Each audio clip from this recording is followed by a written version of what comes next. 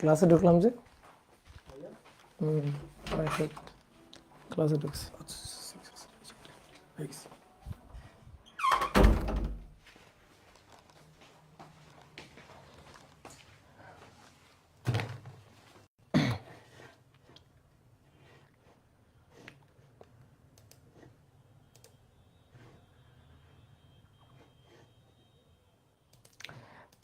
ওকে, যারা অলরেডি যুক্ত হয়ে গেছে তারা একটু কমেন্ট করে জানিয়ে দাও তো সাউন্ড ক্লিয়ার আছে কিনা।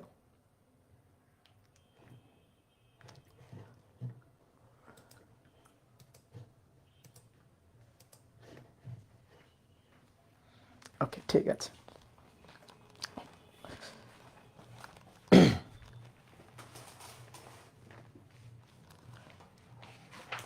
আজকে তো বেশ সুন্দর লাগতেছে আমার।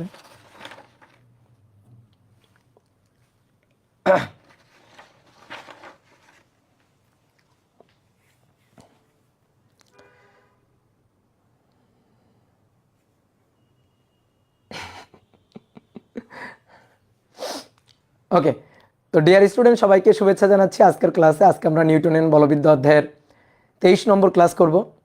তো এই অধ্যায়ে এক এক করে অনেকগুলো ক্লাস হয়ে গেল। আসলে এই অধ্যায়টা অনেক বড় একটা অধ্যায়।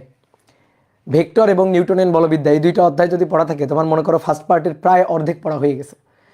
তো নিউটনের বলবিদ্যা এর আজকের ক্লাসে আমরা কেন্দ্রমুখী বলের অনেকগুলো ম্যাথ প্রবলেম সলভ করব, বিভিন্ন টাইপের ম্যাথ প্রবলেম সলভ করব। তো কেন্দ্রমুখী বলের যে দুইটা ক্ষেত্র সবচেয়ে বেশি জরুরি, সবচেয়ে বেশি আমাদের আসে, পরীক্ষাতে সবচেয়ে বেশি কোশ্চেন থাকে, সেই দুইটা টপিক অলরেডি আমাদের পড়া হয়ে গেছে। একটা হচ্ছে ব্যাংকিং আর একটা হচ্ছে সুতার টান। তো আজকের ক্লাসে আমরা কিছু অ্যাডভান্স লেভেলের ম্যাথ প্রবলেম সলভ করব, বা কেন্দ্রমুখী বলের কিছু অ্যাডভান্স টপিক আমরা আজকের ক্লাসে দেখব, যেগুলা সচরাচর ধরো যে পরীক্ষাতে ওইভাবে আমরা দেখি না আসতে, বা আমাদের বোর্ড বইতে ওইভাবে আলোচনা করা নেই, বাট বিভিন্ন জায়গায় কিন্তু আসে, বিভিন্ন জায়গায় সৃজনশীল প্রশ্ন আকারেও আসে। তোমরা টেস্ট পেপার খুললেও বুঝবা। আর ইঞ্জিনিয়ারিং অ্যাডমিশন টেস্টের জন্য তা আসার মনে করো যে সমূহ সম্ভাবনা থাকবে। তো আজকের ক্লাসে আমরা সেই টাইপের কিছু ম্যাথ প্রবলেম সলভ করব। ভাই আজকে মেডিকেলের রেজাল্ট দিল, কিছু বলেন ভাই রেজাল্ট নিয়ে? রেজাল্ট নিয়ে কিছু বলার নাই তো। যতগুলা সিট তার চেয়ে যদি বেশি সংখ্যক স্টুডেন্ট পরীক্ষা দেয়, তাহলে অবশ্যই যতগুলা সিট আছে ততগুলা স্টুডেন্ট চান্স পাবে, আর কেউ কেউ চান্স পাবে না, স্বাভাবিক। এটা মনে করো যে প্রকৃতির নিয়ম। তো যাতে তোমরা কেবল হচ্ছে একাডেমিক ব্যাচ, তোমাদের মনে করো যে এর আগেও আর একটা ব্যাচ পরীক্ষা দিবে। তো এখন থেকে খুব ভালো করে পড়ো। তোমাদের প্যাশন কি, টার্গেট কি, এটা সিলেক্ট করো আগে, যে আমি কোন দিকে যাইতে চাই। মেডিকেলে যাইতে চাই, নাকি আমি ইঞ্জিনিয়ারিং লাইনে পড়তে চাই, না কোনো একটা সাবজেক্ট আমি ইউনিভার্সিটিতে পড়তে চাই। ঠিক আছে, গোল আগে ফিক্সড করো, তারপরে সেই অনুযায়ী কষ্ট করো। তবে সবার কষ্ট মোটামুটি ইন্টার পরীক্ষা পর্যন্ত সেম, এইচএসসি পরীক্ষা পর্যন্ত সবার কষ্ট সেম।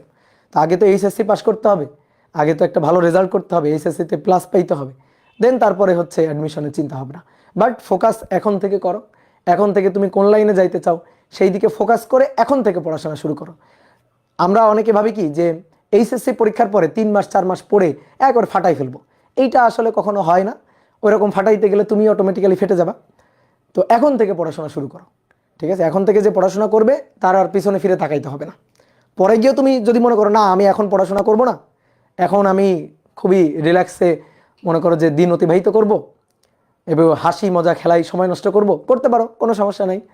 কিন্তু তারপরে তোমার যদি মনে করো যে ঠিকঠাক গোলকে অ্যাচিভ করতে হয়, তাহলে সেই ক্ষেত্রে অনেক অনেক অনেক অনেক পরিশ্রম করা লাগবে। তো অনেক অনেক পরিশ্রম করা এটার দরকার নাই, এখন থেকে একটু একটু একটু একটু করে পরিশ্রম করো। তাহলে মনে করো যে তুমি তোমার ঠিকঠাক যে কাঙ্ক্ষিত যে লক্ষ্য, সেই লক্ষ্য তুমি পৌঁছে যেতে পারবা। ওকে, বা ফিজিক্সে কোন গাইড কিনবো? কোনো গাইড কেনার দরকার নেই, মূল বই পড়বা। আর আমরা ক্লাসে যা পড়াচ্ছি এই পড়বা। আমরা ক্লাসে যা পড়াচ্ছি এগুলা পড়লেও অনেক সময় মূল বই পড়া লাগে না। ঠিক আছে, ক্লাস নোটগুলো যদি তুমি খুব ভালো করে সুন্দর করে গোছাই করতে পারো, তাহলে মূল বইও অনেক সময় পড়া লাগে না। বাট মূল বইয়ের কোনো বিকল্প নেই, একটা মূল বই অবশ্যই পড়বা। ঠিক আছে, মূল বইয়ের যে ম্যাথ প্রবলেমগুলো সেইগুলো নিজে নিজে প্র্যাকটিস করবা। প্র্যাকটিসের কোনো বিকল্প নেই, নিজে পড়ার কোনো বিকল্প নেই। ঠিক আছে, অপূর্ব ভাইকে গোলায় খাওয়াই দিলে তুমি পারবা না যদি তুমি নিজে পড়াশোনা না করো, বুঝলা? ঠিক আছে, তো চলো আমরা শুরু করি। তো প্রথম যে ম্যাথ প্রবলেমটা আমরা সলভ করবো আজকে, বলা হচ্ছে সুতা গুলোর টান নির্ণয় করো, টান নির্ণয় করো। এবার আসো কোশ্চেনটা বুঝি। এটা হচ্ছে একটা লাঠি, একটা দণ্ড, এই দণ্ডের সাথে একটা দড়ি বাঁধা হয়েছে। তো দড়িতে 3টা ভর বাঁধা।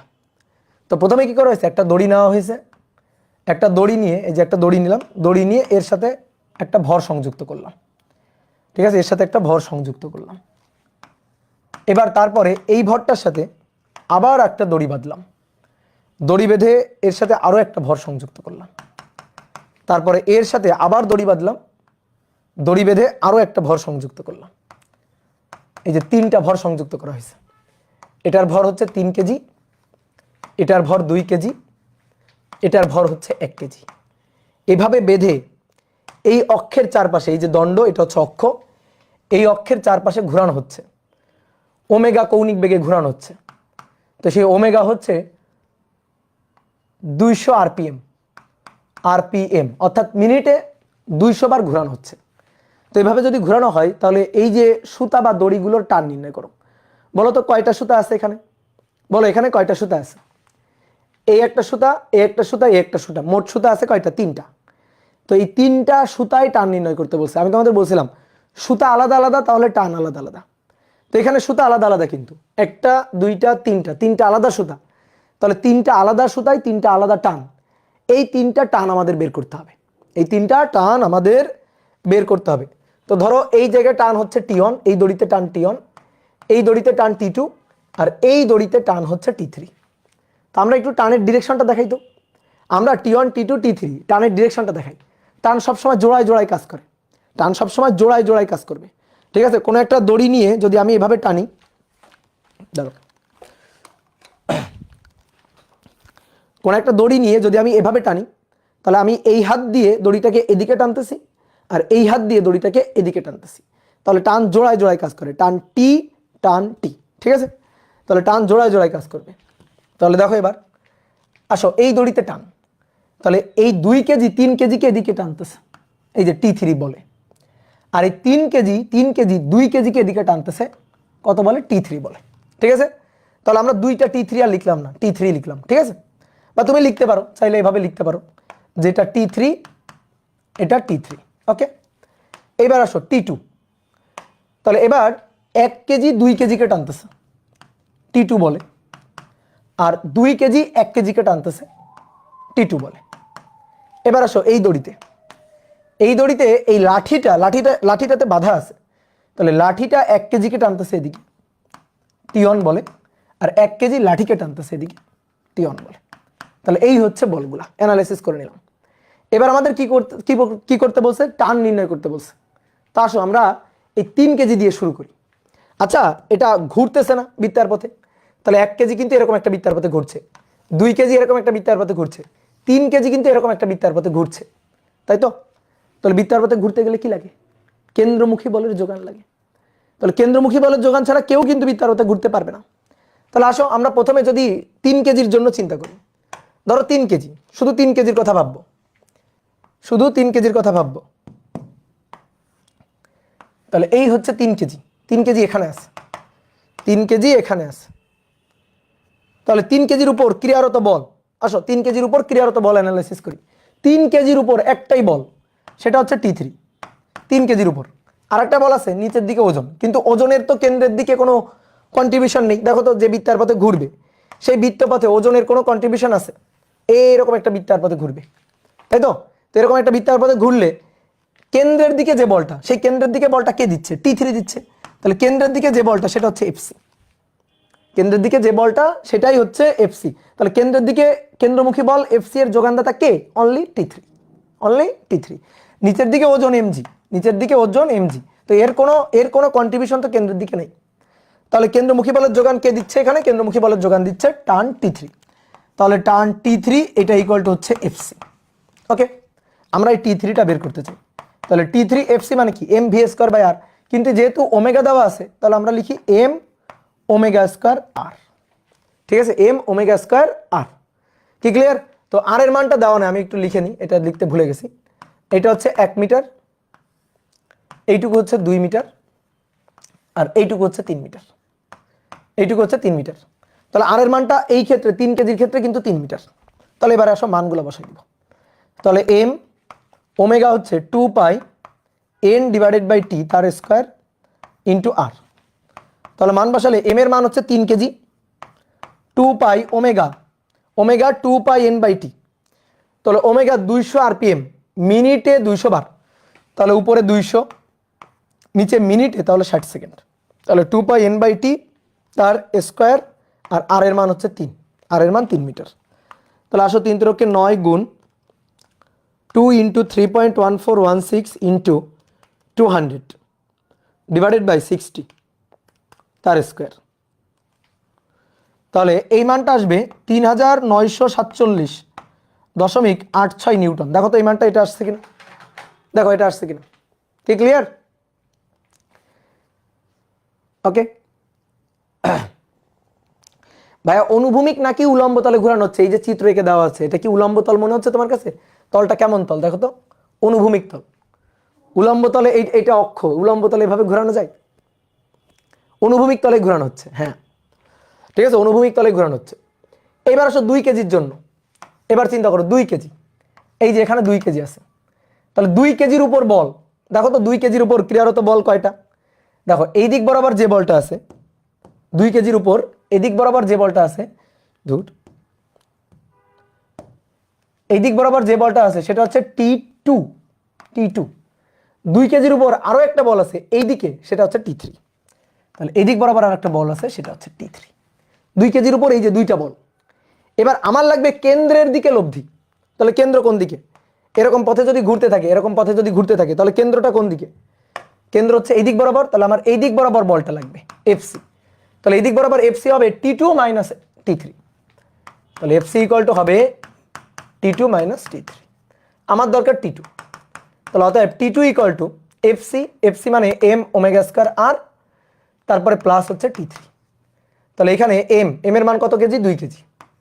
Omega 2 pi N 200 divided by T 60 তার স্কোয়ার, আর এর মানও 2 মিটার, 2 কেজির জন্য 2 মিটার। দেখো তাহলে 2 প্লাস T3 হচ্ছে 3947.86।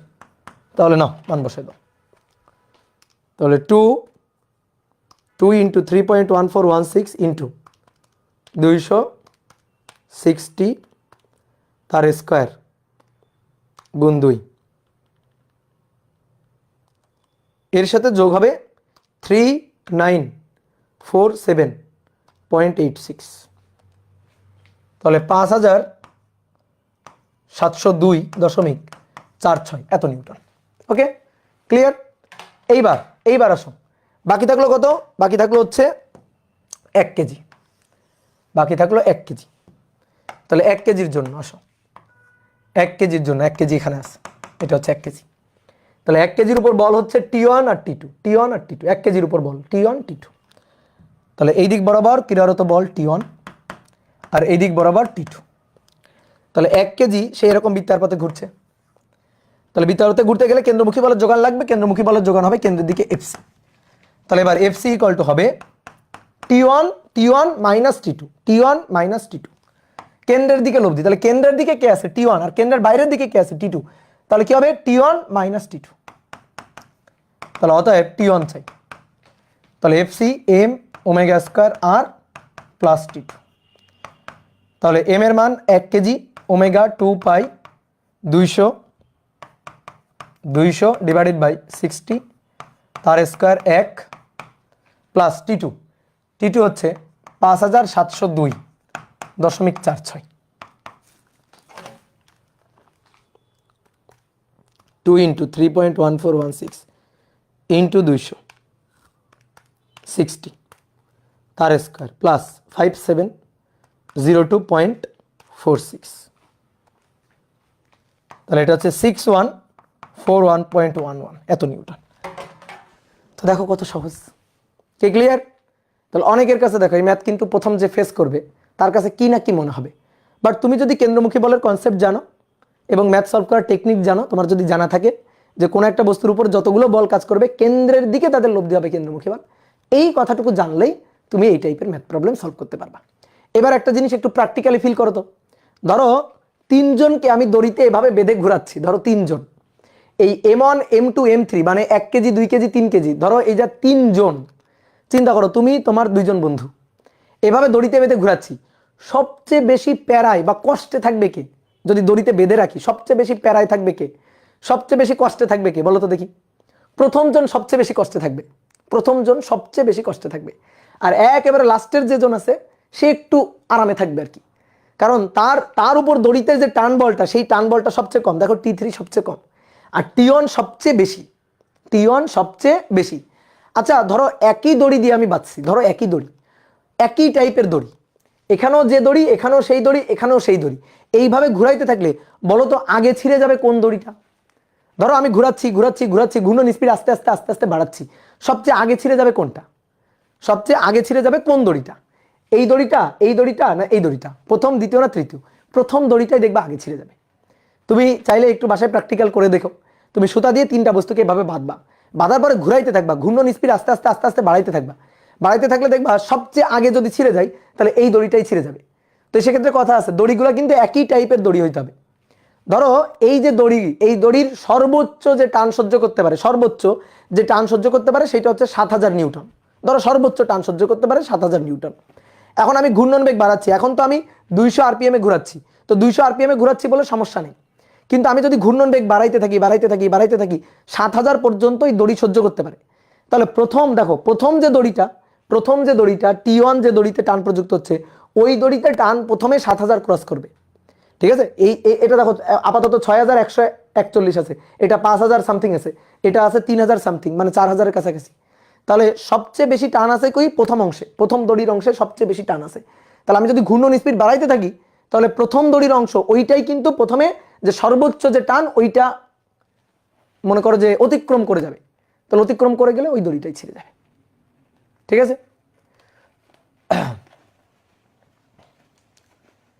ঠিক আছে, কথা কি বুঝতে পারছো? তবে এখানে কিন্তু একটা ভরের ব্যাপার আছে, এখানে কিন্তু একটা ভরেরও ব্যাপার আছে, এখানে কিন্তু ভরেরও একটা ব্যাপার আছে। ওকে, তো চলো এবার আসো সেতু, ঠিক আছে? 1 নম্বর সমতল সেতু, সমতল সেতু, একটা নদীর উপর দিয়ে একটা সেতু আছে, তো সেতুটা হচ্ছে সমতল সেতু। তো সমতল সেতুর উপর গাড়ির, সমতল সেতুতে গাড়ির উপর প্রতিক্রিয়া বল, তো এইটা হচ্ছে একটা সমতল সেতু, ঠিক আছে?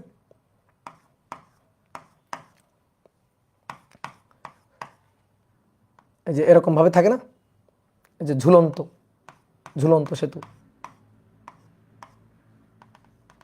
এরকম। তো এই সেতুর উপর দিয়ে ধরো একটা গাড়ি যাচ্ছে, ঠিক আছে? সেতুর উপর দিয়ে ধরো একটা গাড়ি যাচ্ছে, এটা হচ্ছে গাড়িটা, ঠিক আছে? এই সেতুর উপর দিয়ে যাচ্ছে সমতল, তাহলে আমি প্রতিক্রিয়া বলটা বের করতে চাই। তাহলে গাড়ির ওজন কাজ করছে নিচের দিকে mg, ওজন mg নিচের দিকে কাজ করছে, আর তলের প্রতিক্রিয়া উপরের দিকে, তলে গাড়িটা আছে, তলে গাড়িটা আছে, তাহলে তলের প্রতিক্রিয়া উপরের দিকে, তাহলে এটা হচ্ছে তলের অভিলম্বিক প্রতিক্রিয়া, ঠিক আছে? আর এই দিক বরাবর গাড়ির বেগ। তো এই ক্ষেত্রে r সমান সমান কত? r সমান সমান mg, এই ক্ষেত্রে r সমান সমান mg। এটা হচ্ছে সমতল সেতু। 2 নম্বর উত্তল সেতু, উত্তল সেতু। এইবার দেখো কাহিনী হচ্ছে, এখন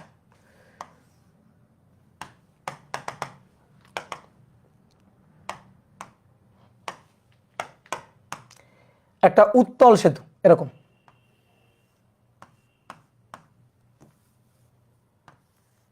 এরকম একটা উত্তল সেতু, ঠিক আছে? এবার এই সেতুর উপর দিয়ে একটা গাড়ি যাচ্ছে, এই সেতুর উপর দিয়ে একটা গাড়ি যাচ্ছে, তাহলে এই ক্ষেত্রে তলের অভিলম্বিক প্রতিক্রিয়া কত হবে?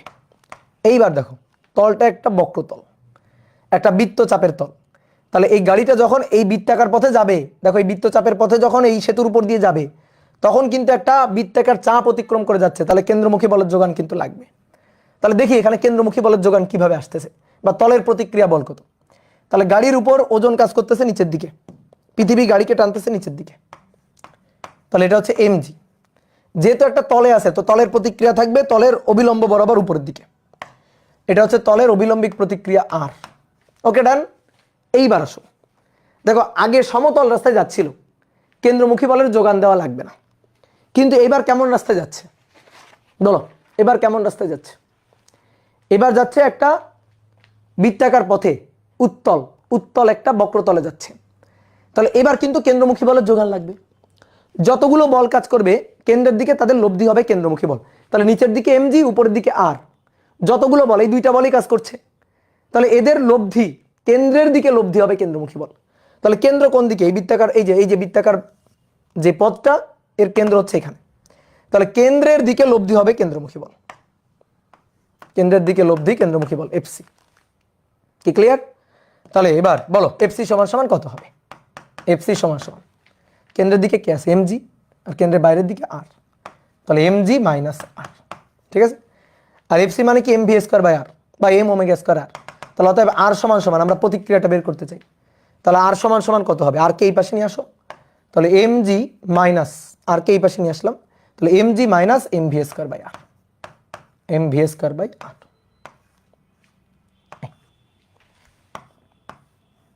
বুঝছো? এইবার আসো 3 নম্বর, অবতল সেতু। অবতল সেতু,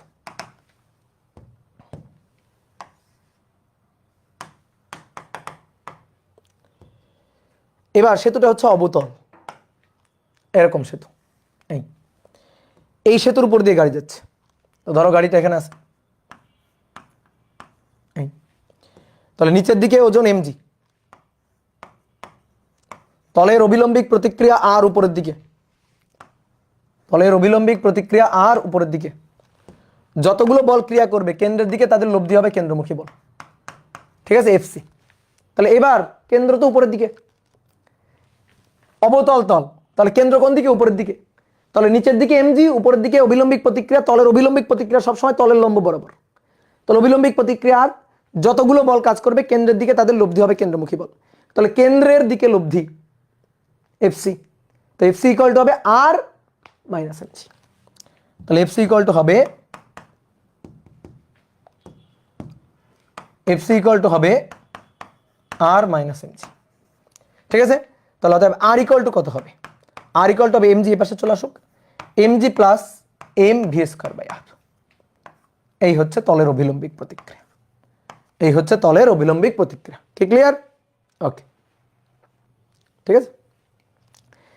তাহলে এবার চলো তো একটা ম্যাথ করে ফেলি।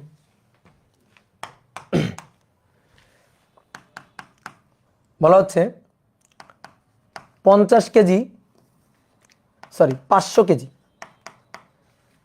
কেজি ভরের একটি গাড়ি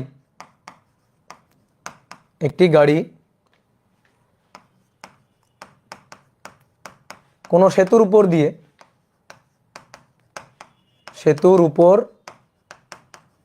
দিয়ে 13 মিটার পার সেকেন্ড বেগে চলছে,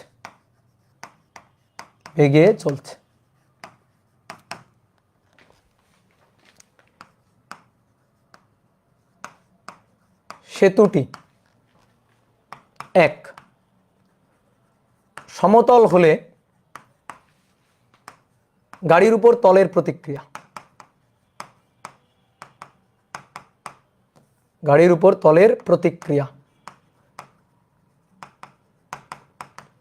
2 সেতুটি 50 মিটার ব্যাসার্ধের উত্তল তল হলে গাড়ির উপর তলের প্রতিক্রিয়া,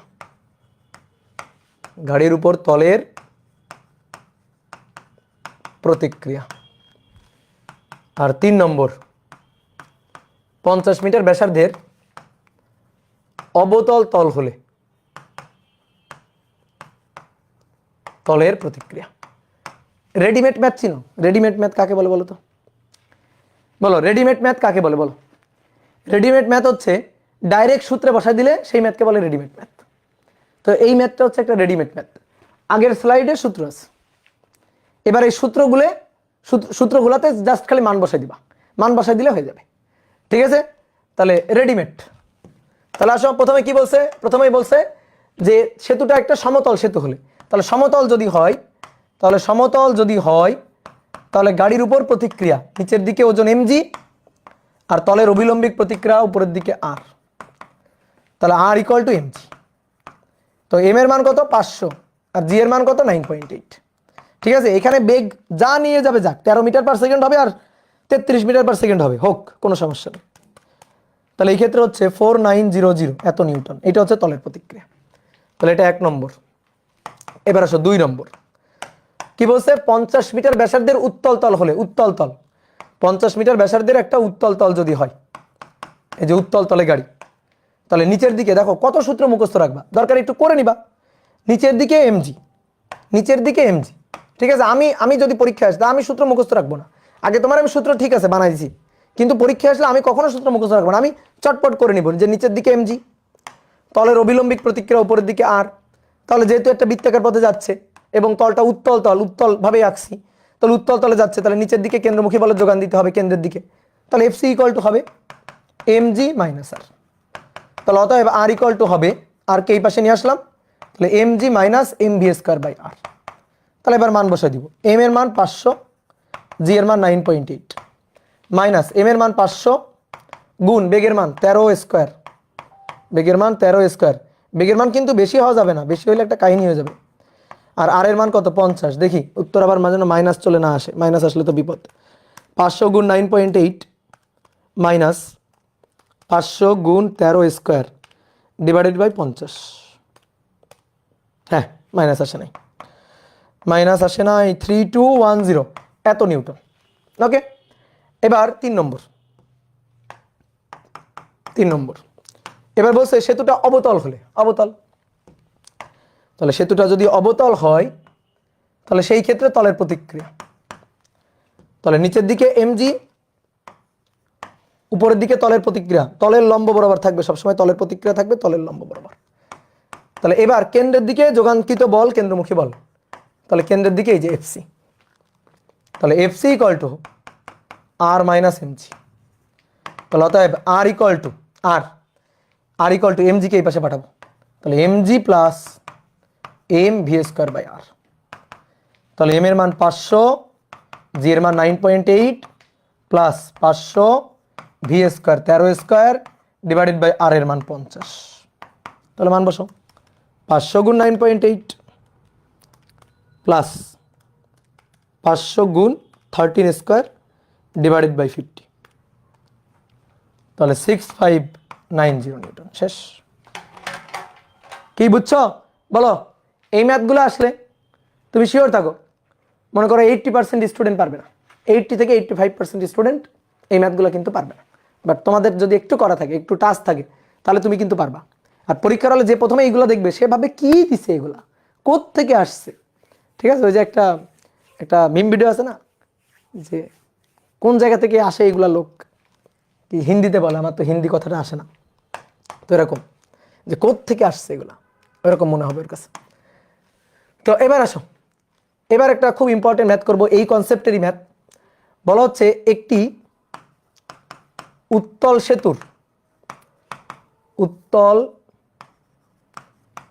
সেতুর ব্যাসার্ধ, বক্রতার ব্যাসার্ধ, একটি উত্তল সেতুর বক্রতার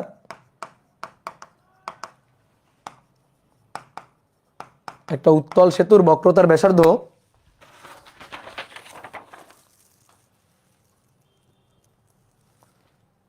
50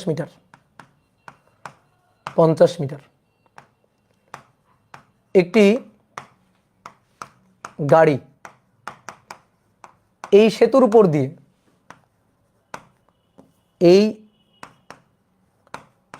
উপর দিয়ে সর্বোচ্চ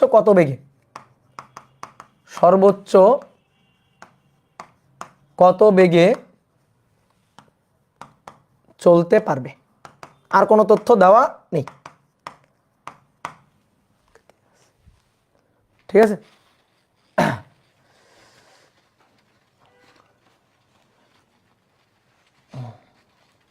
ও আচ্ছা, এটা এটা ওবায়দুল কাদেরের ডায়লগ। হ্যাঁ হ্যাঁ হ্যাঁ হ্যাঁ, মনে পড়ছে যে কারা এরা, কোত্থেকে এলো এরা, তাই না? তোরা বলবে যে এসব ম্যাথ কোন জায়গা থেকে আসছে, কোত্থেকে আসলো এই ম্যাথ।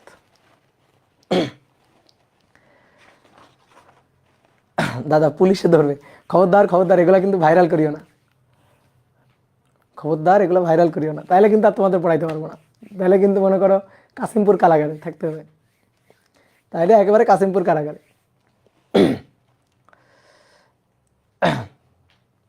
তো দেখো কি বলছে, একটি উত্তল সেতুর বক্রতার ব্যাসার্ধ হচ্ছে 50 মিটার, বক্রতার ব্যাসার্ধ। এখন বলছে একটি গাড়ি এই সেতুর উপর দিয়ে সর্বোচ্চ কত বেগে চলতে পারবে। কেন সর্বোচ্চ কত বেগে চলতে পারবে? কেন বেগ আমি বাড়াইতে বাড়াইতে বাড়াইতে বাড়াইতে অনেক বেশি বেগ নিয়ে যাবো, সমস্যা কি? সমস্যা হচ্ছে যখনই তুমি এই সেতুর উপর দিয়ে যাবা তখন দেখবা গাড়ি আর মাটিতে পড়ে নাই, গাড়ি সোজা আকাশে উড়ে চলে গেছে। তুমি যদি অনেক বেশি বেগ নিয়ে সেতুর উপর দিয়ে যাও, অনেক বেশি বেগ, এই রাস্তায় যাওয়ার জন্য একটা সর্বোচ্চ বেগ আছে, তুমি যদি এই বেগের চেয়ে বেশি বেগ নিয়ে যাও তাহলে গাড়ি উড়ে আকাশে চলে যাবে, গাড়ি উড়ে আকাশে চলে যাবে, ওই গাড়ি আর মাটিতে নামবে না, সোজা এভাবে উঠে, মানে নর্মালি তো যাওয়ার কথা এইভাবে, এইভাবে গিয়ে যাওয়ার কথা, কিন্তু ওই গাড়ি এইভাবে উঠে চলে যাবে। বুঝতে পারছো? এই ঘটনাটা ঘটবে। ঠিক আছে, তো এইবার আসো, এবার আসো দেখি আমরা একটু হিসাব নিকাশ করি। উত্তল তল, উত্তল তল, একটা গাড়ি ইচ্ছা মতো বেগ নিয়ে কিন্তু এই উত্তল তলে আসতে পারবে না, ইচ্ছা মতো বেগ নিয়ে আসতে পারবে না। এই তলে যাওয়ার জন্য, এই তলে চলার জন্য একটা সর্বোচ্চ বেগ আছে, এর চেয়ে বেশি বেগে যাইতে পারবে না। এর চেয়ে বেশি বেগে যদি চলে, এর চেয়ে যদি বেশি বেগে চলে তাহলে কি ঘটনা ঘটবে? এর চেয়ে বেশি বেগে চললে, এর চেয়ে যদি বেশি বেগে চলে তাহলে কি ঘটনা ঘটবে? দেখো এই ঘটনা ঘটবে, এই যে গাড়ি উড়ে চলে যাবে এইভাবে। ঠিক আছে, এই গাড়ি এই বরাবর গিয়ে আসবে না, এই বরাবর যাবে না, অনেক বেশি বেগ নিয়ে আসছে, ধরো বেগের মানটা কম, তাহলে গাড়ি এইভাবে উঠে, এইভাবে উঠে গাড়িটা এইভাবে ঘুরে চলে আসছে, বেগের মান কম। ঠিক আছে, বেগের মান আরো কমাও, তাহলে আরো কমানো হলে এইভাবে চলে গেছে। কিন্তু বেগের মান যদি একটা ওই যে নির্দিষ্ট বেগ আছে তার চেয়ে যদি বেশি বেগে যাও তাহলে এইভাবে সোজা চলে গেছে, অর্থাৎ রাস্তা থেকে ছিটকে বাইরে বের হয়ে গেছে। তো এরকম একটি ঘটনা ঘটবে যদি তুমি ইচ্ছা মতো বেগ নিয়ে যাও। তো দেখো কেন এটা ঘটে, এর উপর ক্রিয়ারত বলগুলোকে অ্যানালাইসিস করি। নিচের দিকে ওজন mg আর তলের অভিলম্বিক প্রতিক্রিয়া উপরের দিকে r। তাহলে এই পথে ঘোরার জন্য অবশ্যই কেন্দ্রমুখী বলের যোগান দিতে হবে, কারণ পথটা বৃত্তাকার পথ। তাহলে কেন্দ্রমুখী বলের যোগান দিলে কেন্দ্রমুখী বল কোন দিকে থাকবে? কেন্দ্রের দিকে, এফসি। তাহলে এই এফসি ইকুয়াল টু হবে, এফসি ইকুয়াল টু হবে mg minus R, mg minus R. এবার এফসি হচ্ছে mv square by R, mv square by R equal to mg minus R. এবার শোনো, নিরাপদ সর্বোচ্চ বেগের জন্য, নিরাপদ সর্বোচ্চ বেগের জন্য, নিরাপদ সর্বোচ্চ বেগের জন্য আর হবে 0। এই যে এটাই হচ্ছে শর্ত, আর এর মানটা 0 হইতে হবে। আর এর মানটা 0 হলেই তখন যে বেগটা পাওয়া যাবে ওটাই হচ্ছে সর্বোচ্চ বেগ, এবং সেই সর্বোচ্চ বেগ হচ্ছে ওই যে পানি পড়বে না, সুতায় ঢিল পড়বে না, সেই ম্যাথ। তাহলে আর এর মান যদি 0 হয় তাহলে এম কাটাকাটি ভি ইকুয়াল টু √r শেষ। এবার কথা হচ্ছে কি, যে সর্বোচ্চ বেগের জন্য আর কেন শূন্য হবে, ফিল করতে চাই, আসো ফিল করি। তাহলে FC equal to mg minus R, mg minus প্রতিক্রিয়া আর, এই এফসি হচ্ছে mv square by R equal to mg minus প্রতিক্রিয়া আর। এবার শোনো ভালো করে শোনো, ধরো তুমি যে বেগ নিয়ে বর্তমানে যাচ্ছ সেই বেগের জন্য এই কেন্দ্রমুখী বল mv স্কয়ার বাই আর, এটার মান লাগবে হচ্ছে 10। এই 10 কে দেবে? এই 10 দেবে ওজন, এবং তার কাছ থেকে বাদ যাবে হচ্ছে আর, অর্থাৎ mg মাইনাস আর হচ্ছে এই বলটার যোগান দেবে, mg মাইনাস আর। তাহলে ধরো mg এর মান, mg এর মান তো ফিক্সড, ধরো 14, ধরো mg এর মান ফিক্সড 14, তো তা থেকে বিয়োগ যাবে আর, তাহলে আর কত বিয়োগ যাবে? 4, তো 4 বিয়োগ গেলেই তো 10 হয়। mg এর মানটা ফিক্সড 14, তাহলে তা থেকে প্রতিক্রিয়া বাদ যাবে, প্রতিক্রিয়া কত বাদ যাবে? 4 বাদ যাবে, 4 বাদ দিয়ে যা থাকবে 10 থাকবে, সেই 10ই হচ্ছে কেন্দ্রমুখী বলের যোগান দিবে। কথা কি বুঝলা? ক্লিয়ার? এইবার আসো, যদি আমি বেগের মানটা বাড়াইতে থাকি তাহলে কি হবে? আচ্ছা, বেগের মান যদি আমি এখানে বাড়াই, এখানে যদি বেগের মানটা বাড়াই তাহলে mv স্কয়ার বাই আর, এই বলের মানটা বাড়বে। তো এই বলের মানটা বেড়ে কত হবে? ধরো এই বলের মানটা বেড়ে হবে 11, তাই না? কত হবে? 11। এখন এই 11 যোগানটা কে দেবে? mg মাইনাস আর দেবে, ঠিক আছে, mg মাইনাস আর দেবে। তো mg তো ফিক্সড, mg তো 14 দিচ্ছে, এটা তো কমানো যাবে না, বাড়ানো যাবে না। তাহলে আমার তো বানাইতে হবে 11। তাহলে 11 বানাইতে গেলে বলো প্রতিক্রিয়া কত? প্রতিক্রিয়া কত এবার? প্রতিক্রিয়া এবার হচ্ছে 3। কি ক্লিয়ার? এবার ফিল করো তো, তুমি গাড়ি চালাচ্ছ, তুমি এই উত্তল তলের উপর দিয়ে যাবা, তোমার বেগ যখন কম থাকবে না, বেগ যদি কম হয় তাহলে সেই ক্ষেত্রে দেখবা তলের প্রতিক্রিয়া তুমি টের পাচ্ছ, প্রতিক্রিয়া বেশি হয়ে যাচ্ছে। কিন্তু বেগ তুমি বাড়াইতে থাকো, বাড়াইতে থাকো, বাড়াইতে থাকো, তোমার মনে হবে না যে গাড়ি আর মাটিতে নেই, গাড়ি উড়ে যাচ্ছে, মাটি থেকে উপরে উঠে যাচ্ছে। অনেক সময় দেখবা গাড়ির স্পিড যখন অনেক বেশি হয়, ঠিক আছে, যারা গাড়ি টাড়ি চালাইছো, স্পিড যদি অনেক বেশি হয় মনে হয় যেন গাড়ি উঠতেছে, তো সেরকম একটা ঘটনা। তাহলে স্পিড বেশি হইলো, বেশি হয়ে কত হইলো? 11, ঠিক আছে, কেন্দ্রমুখী বল লাগবে 11, তাহলে ওজন mg থেকে বাদ। তাহলে এবার দেখো প্রতিক্রিয়া কত? কমে গেছে 3। এবার স্পিড আরেকটু বাড়াও তো, স্পিড আরেকটু বাড়াও, স্পিড আরেকটু বাড়াইলে এখানে লাগবে 12। তাহলে 12 কিভাবে আসবে? 14 থেকে বিয়োগ হবে 2। তাহলে প্রতিক্রিয়া দেখো আরো কমে যাচ্ছে। অর্থাৎ তুমি যত গাড়ির স্পিড বাড়াচ্ছ, মাটির সাথে তোমার সংযোগ, তলের সাথে রাস্তার সাথে তোমার সংযোগ তত কমে যাচ্ছে, ঠিক আছে, মাটির প্রতিক্রিয়া বল তত কমে যাচ্ছে। কি ক্লিয়ার? এবার তুমি স্পিড আরো বাড়াও, আরো বাড়ানোর পরে লাগবে হচ্ছে ধরো 13, তাহলে এখানে হবে 14 বিয়োগ 1। স্পিড আরো বাড়াও, লাগবে ধরো 14, তাহলে 14 বিয়োগ 0, বুঝছো? তাহলে এই অবস্থায় তুমি যাইতে পারবা, কারণ কেন্দ্রমুখী বল লাগবে কত? 14, ওজন তোমাকে 14 দিচ্ছে, প্রতিক্রিয়া নাই, অর্থাৎ মাটির সাথে তোমার সংযোগ নাই, গাড়ি যাচ্ছে একেবারে মাটির উপর দিয়ে ছুঁই ছুঁই ভাবে যাচ্ছে, তলের উপর দিয়ে ছুঁই ছুঁই ভাবে চলে যাচ্ছে। কি ক্লিয়ার? এইবার বেগ আরেকটু বাড়াও তো দেখি, বাড়াও বাড়াও বাড়াও, বেগ আরেকটু বাড়াও। তাহলে বেগ আরেকটু যদি বাড়াও তাহলে এখানে হবে কত? 15। এইবার কি হবে? এবার কি হবে বল? এটা আছে কত? 14, 14, এটা তো অলরেডি 0 হয়েই গেছে। তাহলে 14 মাইনাস 0, এর তো অলরেডি মানে 0 হয়ে গেছে, আর এর তো অলরেডি 0 হয়ে গেছে। তাহলে ওজন সম্পূর্ণটুকু দিয়ে দিল তোমাকে, ওজন সম্পূর্ণটুকু তোমাকে দিয়ে দিল। তাহলে ওজন 14 দিয়ে দিল। বলো প্রয়োজনীয় কেন্দ্রমুখী বলের যোগান তুমি পাইলা? প্রয়োজনীয় কেন্দ্রমুখী বলের যোগান তুমি কি পাইলা? বলো পাইলা না। তাহলে এবার কি ঘটনা ঘটবে বলো? বৃত্তার মধ্যে ঘুরতে পারবা না, তাহলে স্পর্শক বরাবর ছিটকে এভাবে চলে যাবা, অর্থাৎ তুমি আর রাস্তা দিয়ে যাইতে পারবা না, এখান থেকে ছিটকে সোজা এভাবে চলে যাবা, গিয়ে পড়বা কোথায়? খাদে গিয়ে পড়বা, ঠিক আছে। তাহলে নিরাপদ সর্বোচ্চ বেগের শর্ত কি? এখান থেকে দেখো, নিরাপদ সর্বোচ্চ বেগের শর্ত কি? এটা তো নিরাপদ না, এটা তো অনিরাপদ, অ্যাক্সিডেন্ট হয়ে গেছে, এটা তো অনিরাপদ ঘটনা ঘটে গেছে, অনিরাপদ, অনিরাপদ, হ্যাঁ। তাহলে এটা তো অনিরাপদ, তাহলে নিরাপদ সর্বোচ্চ বেগের জন্য শর্তটা কি? নিরাপদ সর্বোচ্চ বেগ, সর্বোচ্চ, এটা নিরাপদ, এটা নিরাপদ, এটা নিরাপদ বাট বেগ সর্বোচ্চ না, এটা নিরাপদ বাট বেগ সর্বোচ্চ না। তাহলে নিরাপদ সর্বোচ্চ বেগের জন্য এই দেখো আর এর মান 0। তাহলে ফিল করতে পারছো? তাহলে নিরাপদ সর্বোচ্চ বেগের জন্য আর এর মান হবে 0। বলো ফিল করতে পারছো? ক্লিয়ার? এবার এম কাটাকাটি, তাহলে নিরাপদ সর্বোচ্চ বেগ ভি ম্যাক্স, তাহলে √RG, ঠিক আছে। তাহলে পানি পড়বে না, ঢিল পড়বে না, গাড়ি ছিটকে পড়বে না, সব কিছুর সূত্র হচ্ছে এটা, V max equal to √RG। আর এর মান 50, জি এর মান 9.8। যে গাড়ি হোক এই রাস্তায়, যে গাড়ি হোক, ঠিক আছে, যে গাড়ি হোক তাকে সর্বোচ্চ এই বেগ নিয়ে এসে যাইতে পারবে। তাহলে এটা হচ্ছে 22.135 এত মিটার পার সেকেন্ড। তো তুমি একটা কাজ করবা, ব্রিজের সামনে এরকম একটা সাইনবোর্ড দিয়ে দিবা যে এই ব্রিজ অতিক্রম করার জন্য যে কোনো গাড়ির সর্বোচ্চ বেগ হচ্ছে এইটা। এই বেগের চেয়ে যদি বেশি বেগ নিয়ে যাইতে চাই তাহলে সোজা মনে করো স্বর্গের রাস্তা দেখাই দিবা, বুঝতে পারছো? কেউ মনে করো মরতে চাই, তাহলে তারে বলবা আচ্ছা ঠিক আছে এই রাস্তায় ওঠো, বেগের মান করে দাও 25, বেগের মান 25 মিটার পার সেকেন্ড করে দাও, বেগের মান 25 মিটার পার সেকেন্ড করে এই রাস্তা অতিক্রম করে চলে যাও, তাহলে মনে করো যে সোজা একেবারে হ্যাঁ স্বর্গের রাস্তায় চলে যাবে, বুঝতে পারছো? তাহলে দুর্ঘটনা ঘটেছে, এটা কিন্তু খুব সুন্দর একটা ম্যাথ। এবার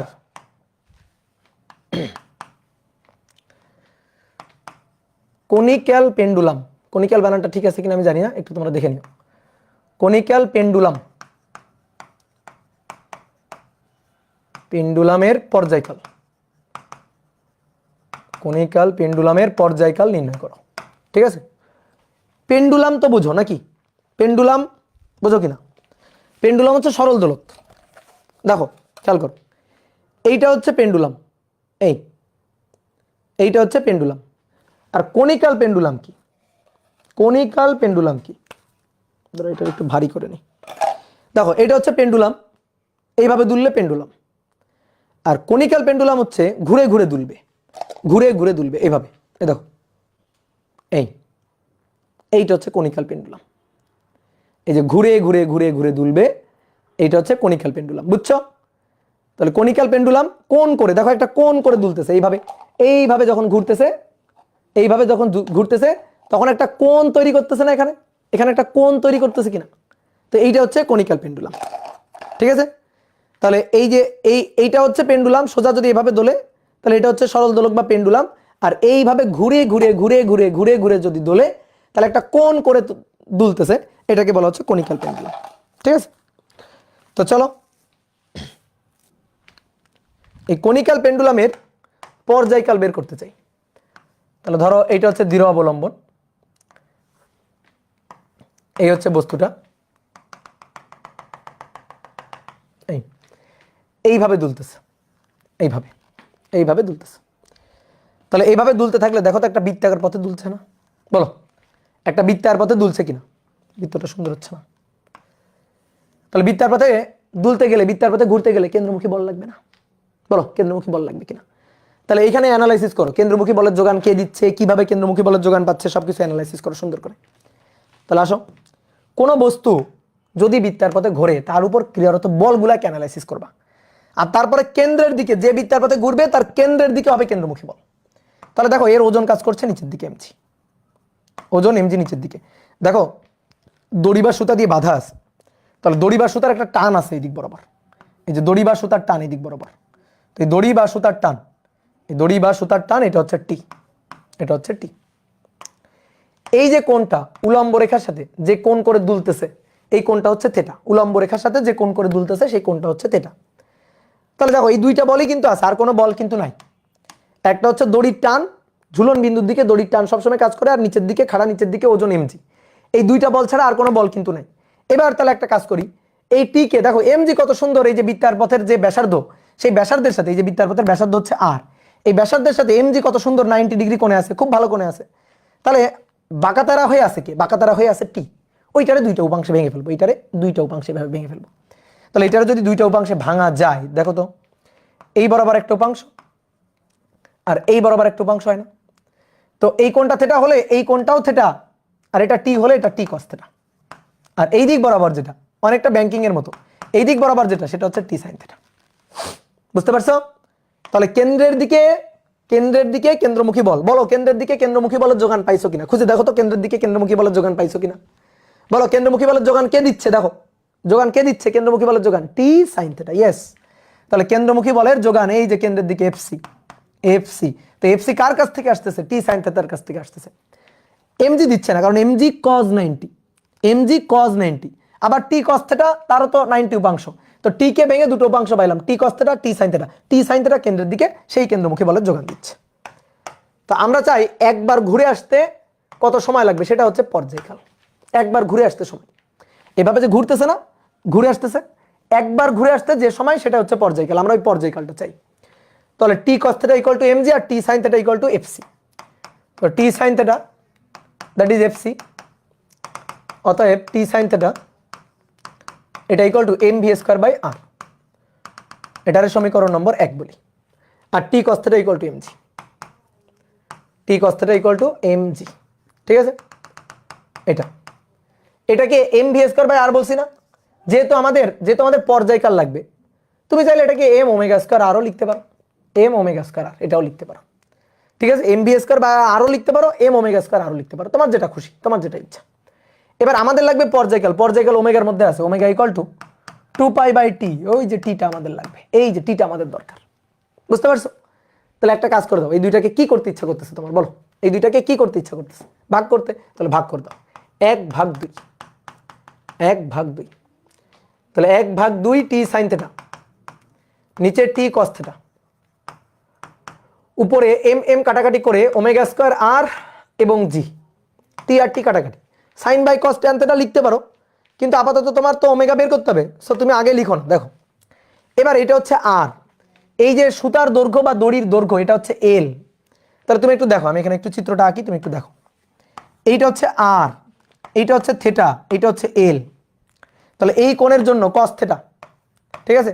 তাহলে cos θ ইকুয়াল টু কোণের বিপরীত হচ্ছে লম্ব, তাহলে cos θ হবে না sin θ। তাহলে সাগরে লবণ আছে, তাহলে কোণের বিপরীত লম্ব, তাহলে sin θ ইকুয়াল টু লম্ব বাই অতিভুজ। তাহলে অতএব r ইকুয়াল টু কত হবে? r ইকুয়াল টু হবে l sin θ, r equal to হবে l sin θ। হয়ে গেছে, শেষ। তাহলে sin θ divided by cos θ equal to omega square R মানে l sin θ divided by g। এইবার sin θ কাটাকাটি, omega equal to 2 pi by T, omega equal to 2 pi by T. তাহলে আমরা দেখো তো l cos θ omega square equal to l g divided by l cos θ, তাই তো, g divided by l cos θ। এবার omega মানে 2 pi by T, তাহলে 2 pi by T root এই পাশে চলে গেল, g divided by l cos θ। আমাদের দরকার t, তাহলে উল্টে যাবে, t ইকুয়াল টু হবে 2 pi root over l cos θ divided by g। এই হচ্ছে আমাদের কাঙ্ক্ষিত সূত্র। ঠিক আছে, এটা হচ্ছে কনিক্যাল পেন্ডুলামের পর্যায়কালের সূত্র, কনিক্যাল পেন্ডুলামের পর্যায়কালের সূত্র।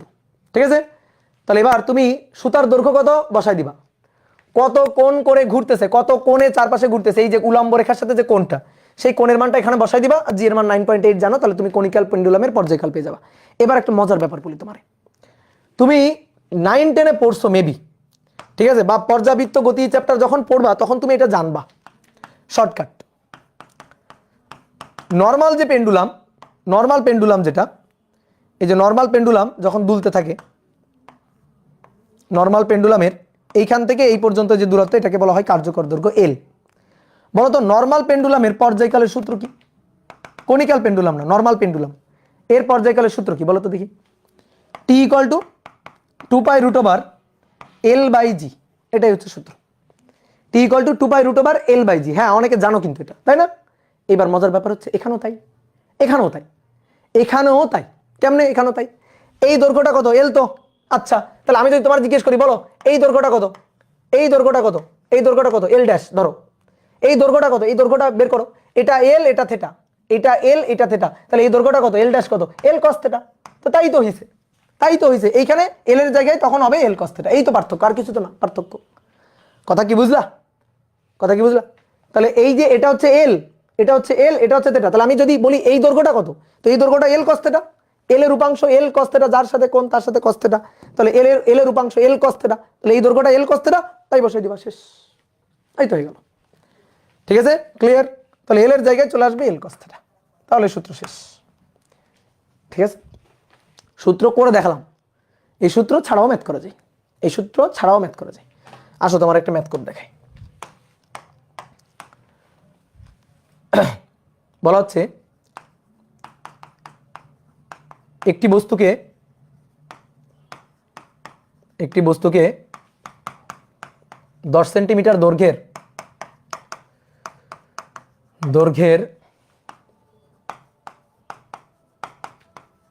সুতায় বেঁধে, 10 সেন্টিমিটার দৈর্ঘ্যের সুতায় বেঁধে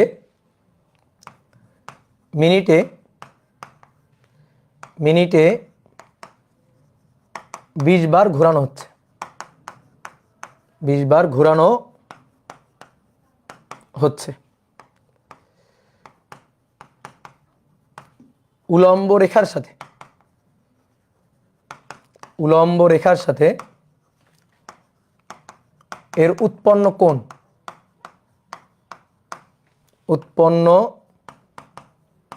কোণ নির্ণয় করো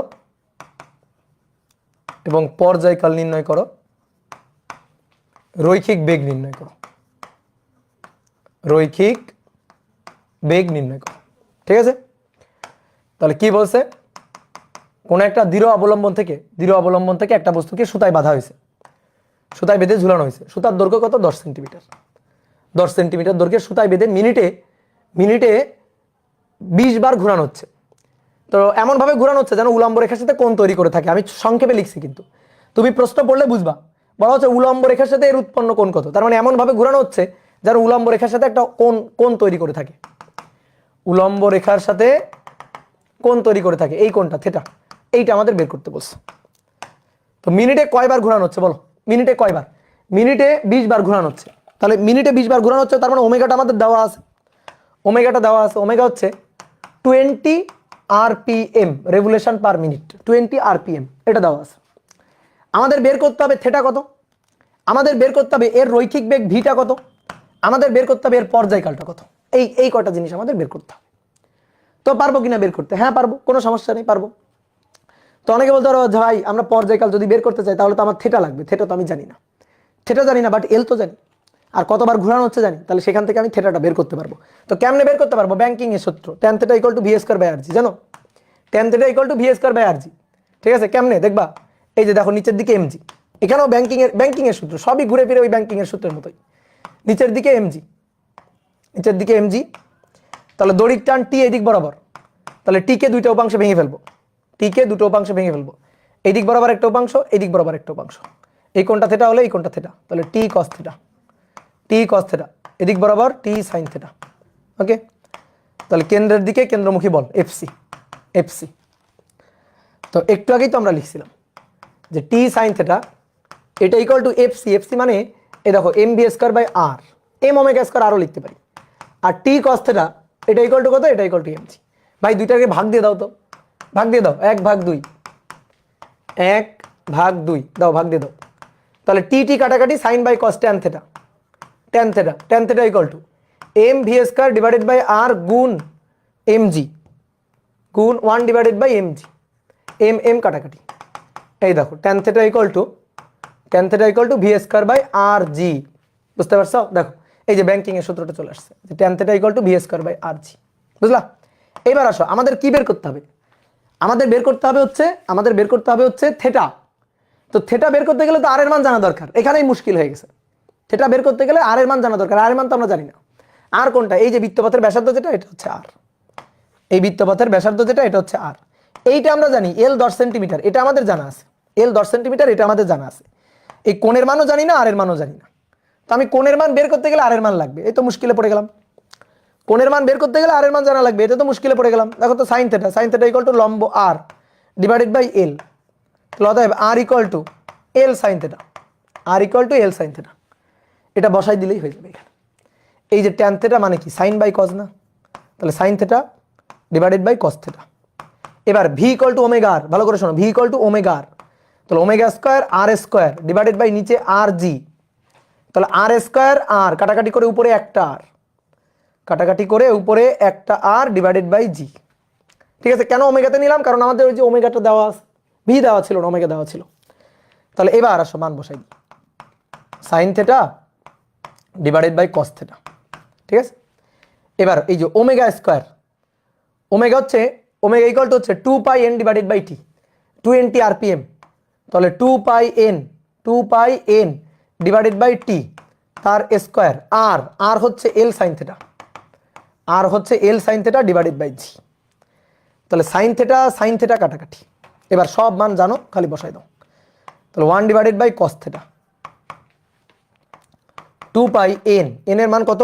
20, মিনিটে 60, তার স্কয়ার, এল এর মান 10 সেন্টিমিটার, তাহলে 0.10, জি এর মান 9.8। তাহলে 2 × 3.1416 × 20 / 60 তার স্কয়ার গুণ 0.10 / 9.8 এর ইনভার্স।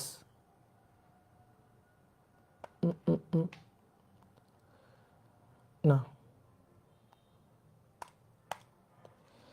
তাহলে 1 / cos θ এটা, তাহলে cos θ = 1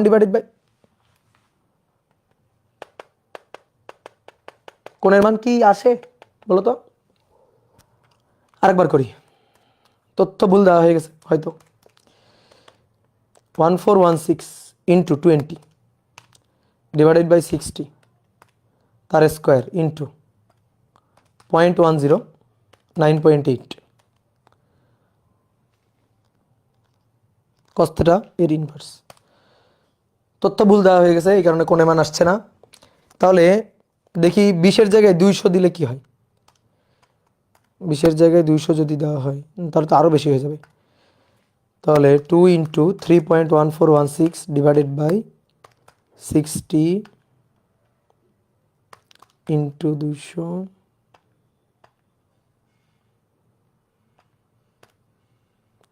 এত স্কোয়ার 0.10 ডিভাইডেড বাই 9.8। ও না, আমি সরি, প্রথমে স্কোয়ার দিছিলাম না। হচ্ছে ম্যাথ ইরোর না, হয়েছে। আমি প্রথমে স্কোয়ার দিতে ভুলে গেছি নাকি? আচ্ছা ধরো।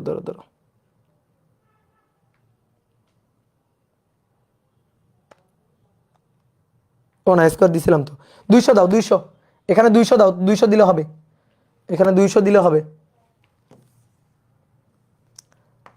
আরপিএমটা চেঞ্জ করো, 0.10 ডিভাইডেড বাই 9.8। আরপিএমটা 200 করো, 200 আরপিএম। ঠিক আছে? আর সব জায়গায় ঠিকঠাক আছে? হ্যাঁ, 200 আরপিএম করো, তাহলে ঠিক আছে। 200 আরপিএম করে দাও, তাহলে ঠিক আছে। ঠিক আছে, দেখছো, একটা ম্যাথ দিতে গেলে তথ্য ঠিক দিয়ে দিতে হয়। তাহলে অতএব cos θ equal to 1 divided by answer, তাহলে 0.20। হ্যাঁ ঠিক আছে, 0.2234। তাহলে cos ইনভার্স অ্যান্সার, তাহলে অতএব θ ইকুয়াল টু 77.09 ডিগ্রি। ঠিক আছে, 77.09 ডিগ্রি।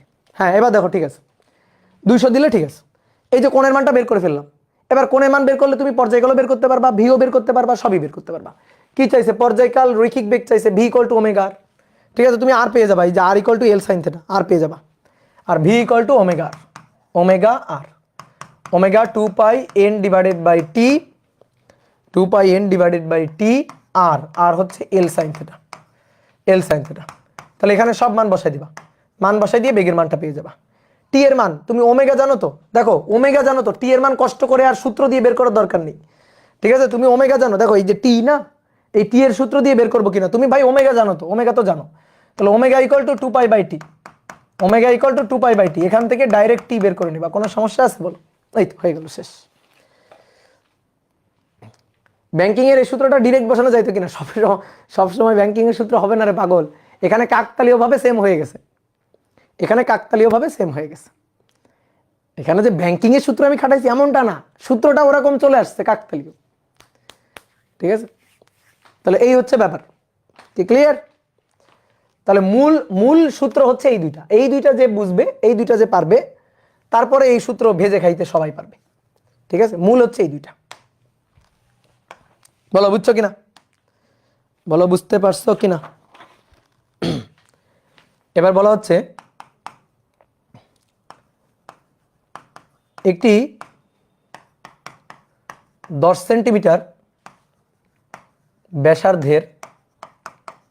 ব্যাসার্ধের অর্ধগোলকাকৃতির একটি পাত্রে একটি মার্বেল নিয়ে কত বেগে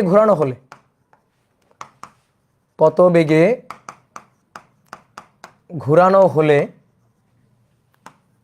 তা কেন্দ্রগামী উলম্ব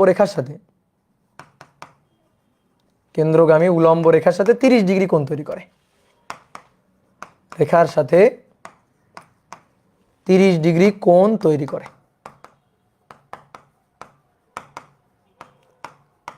30 ডিগ্রি কোণ তৈরি করে, বলো পারবো কিনা? একই রকম, একটু আগে কনিক্যাল পেন্ডুলামের যে ম্যাথটা করলাম তার মতোই।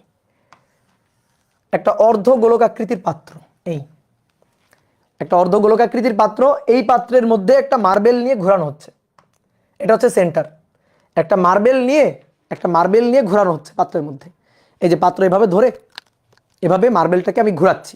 ঠিক আছে, মার্বেলটাকে ঘোরাচ্ছি, এটা হচ্ছে কেন্দ্রগামী উলম্ব রেখা। এই পাত্রের অর্ধগোলকাকৃতির পাত্র তো, তাহলে কেন্দ্রগামী উলম্ব রেখা হচ্ছে এইটা। এমন ভাবে ঘোরানো হচ্ছে মার্বেলটাকে, ধরো মার্বেলটা এখানে আছে, এই মার্বেলটাকে এমন ভাবে একটা বৃত্তাকার পথে ঘোরানো হচ্ছে যেন কেন্দ্রগামী যে উলম্ব রেখা তার সাথে 30 ডিগ্রি কোণ করে থাকে, 30 ডিগ্রি কোণ তৈরি করে থাকে। উলম্ব রেখার সাথে কত কোণ? 30 ডিগ্রি। এই যে এই কোণটা 30 ডিগ্রি, এই কোণটা 30 ডিগ্রি, 30 ডিগ্রি কোণ তৈরি করে থাকে। 30 ডিগ্রি কোণ তৈরি করে থাকে। কি ক্লিয়ার? তো এইভাবে ঘোরানো হচ্ছে। তো এবার আমাদের বলতেছে কত বেগে ঘোরানো হচ্ছে, বেগের মানটা বের করো। উলম্ব রেখার সাথে 30 ডিগ্রি কোণ তৈরি করে থাকে, কত বেগে ঘোরালে। তো আসো, বৃত্তার পথে ঘুরছে, কেন্দ্রমুখী বলের যোগান লাগবে। তো কেন্দ্রমুখী বলের যোগান কেউ না কেউ তো দিবে, তাই না? তাহলে কেন্দ্রমুখী বলের যোগান কে দিবে খুঁজে বের করি। আসো, কেন্দ্রমুখী বলের যোগান কে দিবে খুঁজে বের করি। তাহলে নিচের দিকে এটা হচ্ছে mg, তলের অভিলম্বিক প্রতিক্রিয়া এটা হচ্ছে r। তলের অভিলম্বিক প্রতিক্রিয়া, দেখো তল তো এটা, এটা হচ্ছে তল, তাহলে তলের অভিলম্বিক প্রতিক্রিয়া হচ্ছে এটা। ঠিক আছে, তলের অভিলম্বিক প্রতিক্রিয়া এটা হচ্ছে r। তাহলে এটা হচ্ছে mg খাড়া নিচের দিকে, এটা হচ্ছে তলের অভিলম্বিক প্রতিক্রিয়া r, এই কোণটা হচ্ছে থেটা, এই যে এই কোণটা হচ্ছে থেটা। আচ্ছা, ওই কোণটা যদি থেটা হয়, দেখো এই কোণটা যদি থেটা হয় তাহলে ঠিক একই রকম ভাবে এটাও থেটা। দেখো আগের যে কনিক্যাল পেন্ডুলামের যে ক্ষেত্রটা পড়লাম ঠিক সেম জিনিস। ঠিক আছে, আগে কি করা হচ্ছিল, সুতায় বেঁধে ঘোরানো হচ্ছিল, এবার আর সুতায় বেঁধে না, পাত্রের মধ্যে নিয়ে ঘোরানো হচ্ছে। তো একই টাইপের, আগে উলম্ব রেখার সাথে এরকম একটা কোণ তৈরি করে, উলম্ব রেখার সাথে কোণ তৈরি করে এভাবে ঘুরছিল, এখনো তো তাই, এখনো তো তাই।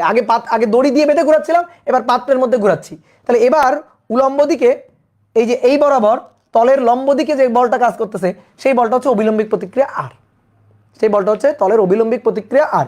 তাহলে নিচের দিকে ওজন mg, তলের অভিলম্বিক প্রতিক্রিয়া আর, আর কে আমরা দুইটা উপাংশে ভেঙে ফেলবো, আর কে আমরা দুইটা উপাংশে ভেঙে ফেলবো। তাহলে এই দিক বরাবর একটা উপাংশ আর এই দিক বরাবর একটা উপাংশ। তাহলে এই দিক বরাবর উপাংশটা হচ্ছে আর cos থিটা, এদিক বরাবর উপাংশ আর cos থিটা, আর এই দিক বরাবর যে উপাংশটা সেটা হচ্ছে আর sin থিটা, এদিক বরাবর যে উপাংশটা সেটা হচ্ছে আর sin থিটা। আর এই দিক বরাবর এই যে আর sin থিটাই কেন্দ্রমুখী বলের যোগান দিচ্ছে, দ্যাট ইজ এফসি। ঠিক আছে, এই আর sin থিটাই কেন্দ্রমুখী বলের যোগান দিচ্ছে, দ্যাট ইজ এফসি। এবার আসো তো এই বৃত্তটাকে আমরা একটু বাইরে আঁকি। তো এভাবে এই যে ত্রিভুজটাকে বাইরে আঁকলাম, দেখো এটা কিন্তু এই এই এই গোলকের ব্যাসার্ধ, এই যে এটা কিন্তু গোলকের ব্যাসার্ধ। তো গোলকের ব্যাসার্ধ এটাকে আমরা বড় হাতের আর বললাম, এটা হচ্ছে তলের অভিলম্বিক প্রতিক্রিয়া আর, আর এটা হচ্ছে গোলকের ব্যাসার্ধ আর, দুটো আরের মধ্যে কিন্তু পার্থক্য আছে। তাহলে এটা হচ্ছে গোলকের ব্যাসার্ধ আর, আর এই বরাবর তলের অভিলম্বিক প্রতিক্রিয়া এটা আর, দুইটা আর হয়ে গেছে। এখন কি করবা বলো, এন দিয়ে লিখতে পারো, অভিলম্বিক প্রতিক্রিয়াটাকে নর্মাল রিঅ্যাকশন এন দিয়েও লিখতে পারো। আর এইটা হচ্ছে আর, যে বৃত্তার পথে ঘুরতেছে। ঠিক আছে, যে বৃত্তার পথে মার্বেলটা ঘুরতেছে এটা হচ্ছে আর, আর এই কোণটা হচ্ছে থেটা। তাহলে এখানে ঠিক একইভাবে সাইন থেটা ইকুয়াল টু কি লিখতে পারি, sine theta equal to r divided by বড় আর। অর্থাৎ এই r equal to r sine theta. তাহলে এই আর হচ্ছে গোলকের ব্যাসার্ধ, পাত্রের ব্যাসার্ধ, আর এই আর হচ্ছে যে বৃত্তার পথে মার্বেলটা ঘুরতেছে তার ব্যাসার্ধ, যে বৃত্তার পথে মার্বেলটা ঘুরতেছে তার ব্যাসার্ধ। তাহলে কেন্দ্রমুখী বলের যোগান কে দিচ্ছে, আর সাইন থেটা। আর আর cos থেটার বিপরীতে কি আছে, mg, ঠিক একই জিনিস। তাহলে আর সাইন থেটা এটা equal to M V square by R, আর আর cos থেটা এটা ইকুয়াল টু mg। তাহলে নাও দুটোকে ভাগ করে ফেলো, আর আর কাটাকাটি, 1 নং 2 নং, দেখো এখানেও ব্যাংকিং চলে আসছে, 1/2। তাহলে আর আর কাটাকাটি sine by cos tan theta, tan theta equal to M V square by r গুণ 1 ডিভাইডেড বাই mg। তাহলে সুন্দর করে এম কাটাকাটি, ভি স্কোয়ার বাই আরজি। তাহলে tan theta equal to v square by r g. এবার বলো কি চাইছে তোমার, এবার তোমার কি চাইছে, 30 ডিগ্রি কোণ করে নিয়ে ঘোরানো হচ্ছে, পাত্রের ব্যাসার্ধ দেওয়া আছে 10 সেন্টিমিটার, বলা হচ্ছে কত বেগে ঘোরানো হচ্ছে। তাহলে আর এর মানটা আগে লাগবে, তো আর এর মানটা আমরা বের করে নিই। এইটা হচ্ছে 10 সেন্টিমিটার আর এই কোণটা হচ্ছে 30 ডিগ্রি। তাহলে অতএব আর এর মান 10 সেন্টিমিটার আর সাইন 30 ডিগ্রি, তো সাইন 30 ডিগ্রি হাফ, তাহলে 5 সেন্টিমিটার হয়ে গেছে, শেষ। তাহলে এখান থেকে ট্যান 30 ডিগ্রি ভি স্কোয়ার বেগের মানটা বের করতে চাই, ডিভাইডেড বাই আর জি, আর এর মান 5 সেন্টিমিটার, 0.05 ইন্টু 9.8, তাহলে অতএব বেগের মান ভি। তাহলে ট্যান 30 ডিগ্রি গুণ 0.05 গুণ 9.8, তাহলে ট্যান 30 ডিগ্রি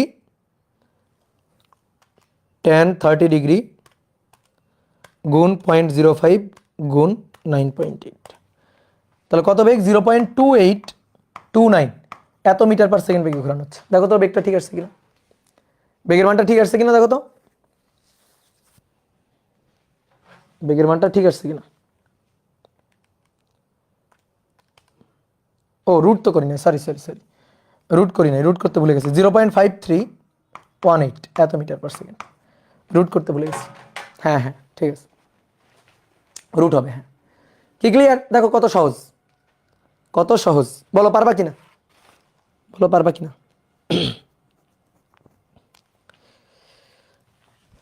ওকে, এবার আসো।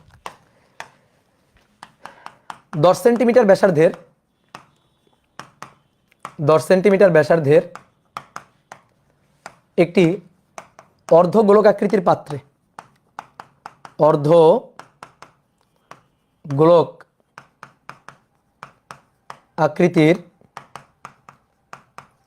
আকৃতির পাত্রে একটি মার্বেল নিয়ে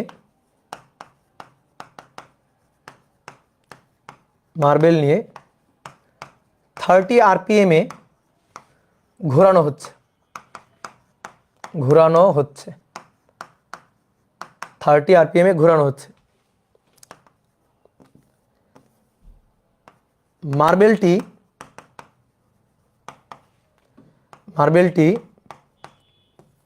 পাত্রের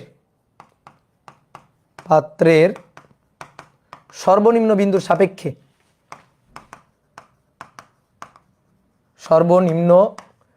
বিন্দুর সাপেক্ষে কত উচ্চতায় থেকে ঘুরবে? কত উচ্চতায় থেকে ঘুরবে? দেখো, আগের ম্যাথটা যদি তুমি বুঝে থাকো, পেরে থাকো, তাহলে এই ম্যাথটা তোমার পারা উচিত। ঠিক আছে, তাহলে কি চাইছে একটু ভালো করে বুঝো। একটা অর্ধ গোলকাকৃতির পাত্র, এই যেটা হচ্ছে পাত্র, এই পাত্রের মধ্যে একটা মার্বেল নিয়ে ঘোরানো হচ্ছে। ধরো মার্বেলটা এখানে আছে, এই মার্বেল নিয়ে এরকম একটা পথে ঘোরানো হচ্ছে। এটা হচ্ছে সেন্টার এবং এটা হচ্ছে উলম্ব রেখা। তো মার্বেলটা এখানে আছে, তো মার্বেলটা এখানে যদি থাকে তাহলে কত কোণ করে আছে? উলম্ব রেখার সাথে কত কোণ করে আছে? উলম্ব রেখার সাথে এই কোণ করে আছে। এই কোণের মান আমরা জানি না, থিটা। এই কোণের মানটা আমরা জানি না, ধরলাম এই কোণের মানটা হচ্ছে থিটা। আমাদের কি চাইছে জানো? আমাদের চাইছে, ভালো করে দেখো, আমাদের কি চাইছে? এই পাত্রের সর্বনিম্ন বিন্দু তার সাপেক্ষে মার্বেলের উচ্চতাটা চাইছে। এই যে এটা চাইছে, পাত্রের সর্বনিম্ন বিন্দু তার সাপেক্ষে মার্বেল যে ঘুরতেছে না, কত উচ্চতায় থেকে ঘুরতেছে, সেই উচ্চতার মানটা, এইচ এর মানটা আমাদের বের করতে বলছে। তো পারবো কিনা? হ্যাঁ পারবো। যদি থিটার মানটা বের করতে পারি তাহলে পেরে যাবো। থিটার মানটা বের করতে পারলেই পেরে যাবো। তাহলে থিটার মানটা চট করে থিটার মানটা বের করে ফেলবা। নিচের দিকে mg, এই যে পাত্রের ব্যাসার্ধ সেটা হচ্ছে r, এই গোলকাকৃতির পাত্রের ব্যাসার্ধ r। তাহলে তলের অভিলম্বিক প্রতিক্রিয়া এটা হচ্ছে r কে দুটো অংশে ভেঙে ফেলবা। তো দুটো অংশে ভাঙলে এদিক বরাবর একটা উপাংশ, এদিক বরাবর একটা উপাংশ, এই কোণটা থিটা হলে এই কোণটা থিটা। তাহলে এদিক বরাবর r cos থিটা, এদিক বরাবর r sin থিটা। তাহলে r sin থিটাই কেন্দ্রমুখী বলের যোগান দিচ্ছে, that is fc। r sin থিটাই কেন্দ্রমুখী বলের যোগান দিচ্ছে, দ্যাট ইজ fc। তাহলে ঠিক আগের মতো r sin থিটা এটা equal to mv square by r, আর r cos theta equal to mg। r cos theta এটা equal to mg। Okay, done. r sin theta এটা equal to mv square by r, r cos theta equal to mg। দুটাকে সুন্দর করে ভাগ দিয়ে দিবা ঠিক আগের মতো। ঠিক আছে, অনেকে বলতে ভাই আমি ডাইরেক্ট যদি সূত্র মুখস্থ করে নিই, ডাইরেক্ট মুখস্থ করে নিতে পারো, কিন্তু কত সূত্র মুখস্থ করবা? নিয়ম মাথায় রাখবা। 1/2 r কাটাকাটি sin বাই cos tan theta equal to v square by rg। এইবার শোনো কি চাইছে। আমাদের দেওয়া আছে ওমেগা, কত আরপিএম এ ঘোরানো হচ্ছে আমাদের সেইটা বলে দেওয়া আছে। ওমেগা হচ্ছে 30 RPM, ওমেগাটা বলে দেওয়া আছে। তো ভি কে ভাঙলে ওমেগা আমরা পেয়ে যাব। আর এর মান আমরা জানি না, ওই আগের মতো, ঠিক আগের ম্যাথটার মতো। আর এর মান আমরা জানি না, তো আর এর মানটা আমরা বের করতে পারবো। দেখো, আর এর মানটা আমরা বের করতে পারবো।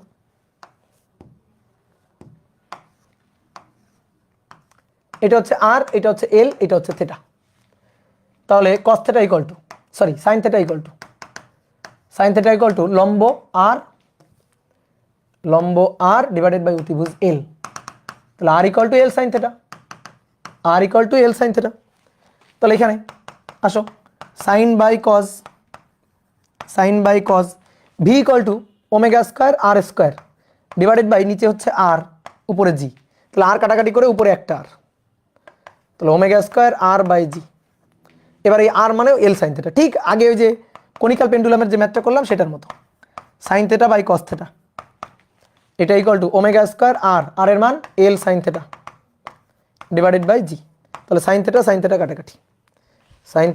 কাটাকাটি, তাহলে 1 ডিভাইডেড বাই cos থিটা এটা ইকুয়াল টু ওমেগা হচ্ছে 2 পাই, এন হচ্ছে 30, 2πn হচ্ছে 30 ডিভাইডেড বাই, এবারও কি মান আসবে, এবার তো 30, দেখি এবার আবার কোণের মান আসে কিনা। 2πn ডিভাইডেড বাই টি, টি হচ্ছে 60, টি হচ্ছে 60 তার স্কোয়ার এল 10 সেন্টিমিটার, তার মানে 0.10, 0.10 ডিভাইডেড বাই 9.8। দেখি কোণের মান যদি না আসে তাহলে আরপিএম চেঞ্জ করে দিব, আরপিএম চেঞ্জ করে দিব, 300 করে দিব। তাহলে 2 × 3.1416 ইন্টু 30 ডিভাইডেড বাই 60 তার স্কোয়ার গুণ 0.10 ডিভাইডেড বাই 9.8 ডিভাইডেড বাই 9, এই তো হয়নি, এর ইনভার্স হয়নি। তাহলে এখানে 30-এর জায়গায় 2 গুণ 3.14 গুণ 30-এর জায়গায় যদি 90 করি, 60 তার স্কোয়ার গুণ 0.10 ডিভাইডেড বাই 9.8। 30-এর জায়গায় 90 করে দাও, 90, 30-এর জায়গায় 90 করে দাও। তাহলে 30 আরপিএম এর জায়গায় 90 আরপিএম করে দাও, 90 আরপিএম।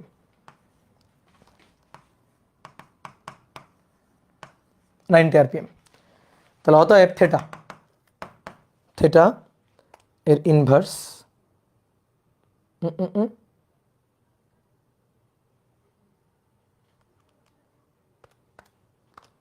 3.14, দাঁড়াও থামো লিখো না, দাঁড়াও থামো, লিখো না আগে, 0.10 ডিভাইডেড বাই 9.8। না তাও তো হলো না, তাহলে কত করবো, আরো বাড়াইতে হবে।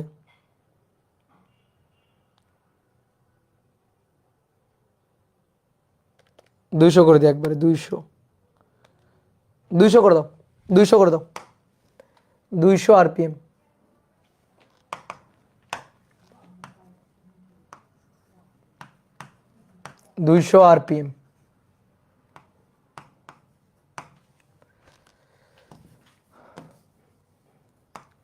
Omega 200 RPM.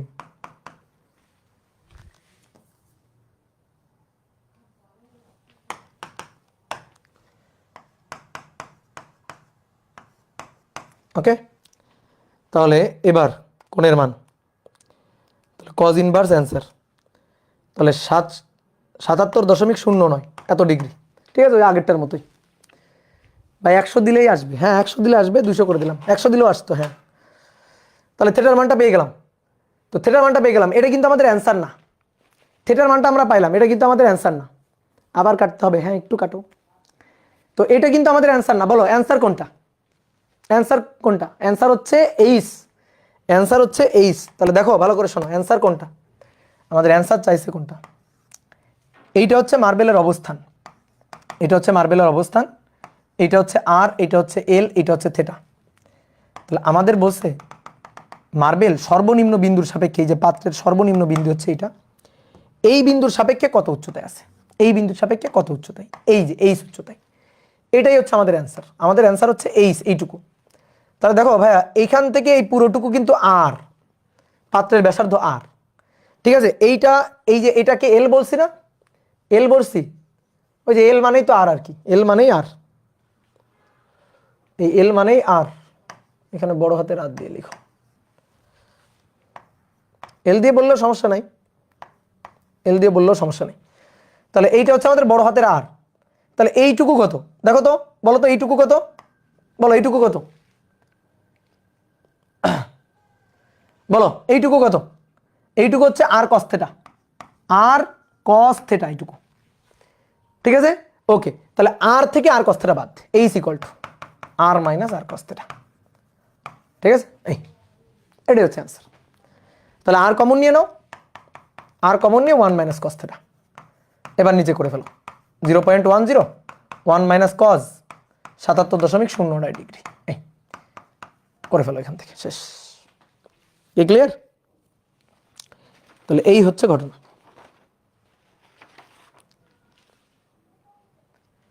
তাহলে বলো তো, পারবা না এই টাইপের ম্যাথ আসলে?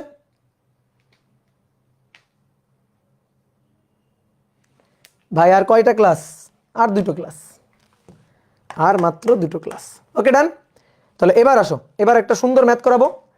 এনডিসিতে আসা, এনডিসিতে টেস্টে আসা, এনডিসিতে টেস্টে আসা।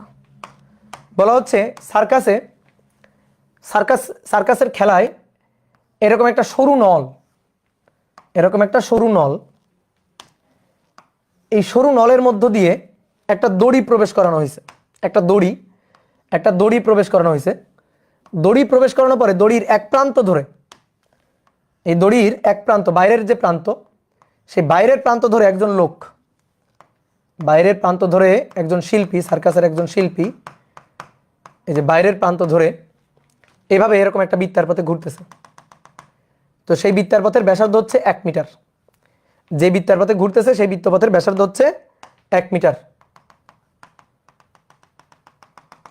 এরকম বৃত্তার পথে ঘুরতেছে। আর এক প্রান্তে, এই যে প্রান্ত এই নলের মধ্য দিয়ে প্রবেশ করানো, সেই প্রান্ত ধরে নিচের দিকে এখানে আরেকজন লোক ঝুলে আছে, সেই প্রান্তে এখানে আরেকজন লোক ঝুলে আছে। ঠিক আছে? তো এনার ভর হচ্ছে m1 30 কেজি, আর এনার ভর হচ্ছে m2 50 কেজি। এটা বলে দেওয়া আছে, এটা বলে দেওয়া আছে। তো এই লোকটা এভাবে ঘুরছে আর এই লোকটা দড়ি ধরে এভাবে ঝুলে আছে। তো এটা হচ্ছে আমাদের উদ্দীপক। তো কোশ্চেন নম্বর 1, যে প্রথম ব্যক্তি m1 যদি স্থির থাকে, m1 যদি স্থির থাকে তবে সিস্টেমটির ত্বরণ নির্ণয় করো, তবে তার ত্বরণ নির্ণয় করো। আর 2 নম্বর কোশ্চেন বলছে m1 ভরের ব্যক্তি কত কৌণিক বেগে ঘুরলে, কত কৌণিক বেগে ঘুরলে ঠিকঠাকভাবে সার্কাস দেখাতে পারবে, ঠিকঠাকভাবে সার্কাস দেখানো যাবে।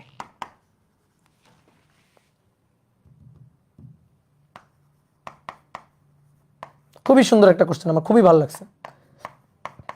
দেখানো যাবে, ঠিক আছে? খুবই সুন্দর একটা কোশ্চেন। ওকে, একজন কি বলছে, একজন জায়েদ খান আর একজন অনন্ত জলিল। হ্যাঁ, এইটা হচ্ছে জায়েদ খান আর এটা হচ্ছে অনন্ত জলিল।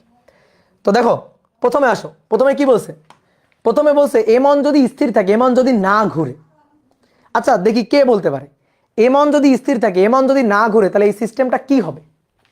m1 যদি না ঘুরে তাহলে এই সিস্টেমটা কি হবে বলো? পুলি হবে। এই তো, গুড, ভেরি গুড। কে বলছে দেখি? হোসেন আহমেদ বলছে যে m1 যদি না ঘুরে তাহলে সিস্টেমটা হয়ে যাবে একটা পুলি, একটা পুলির মতো হয়ে যাবে। তাহলে m1 না ঘুরলে সিস্টেমটা হবে পুলি।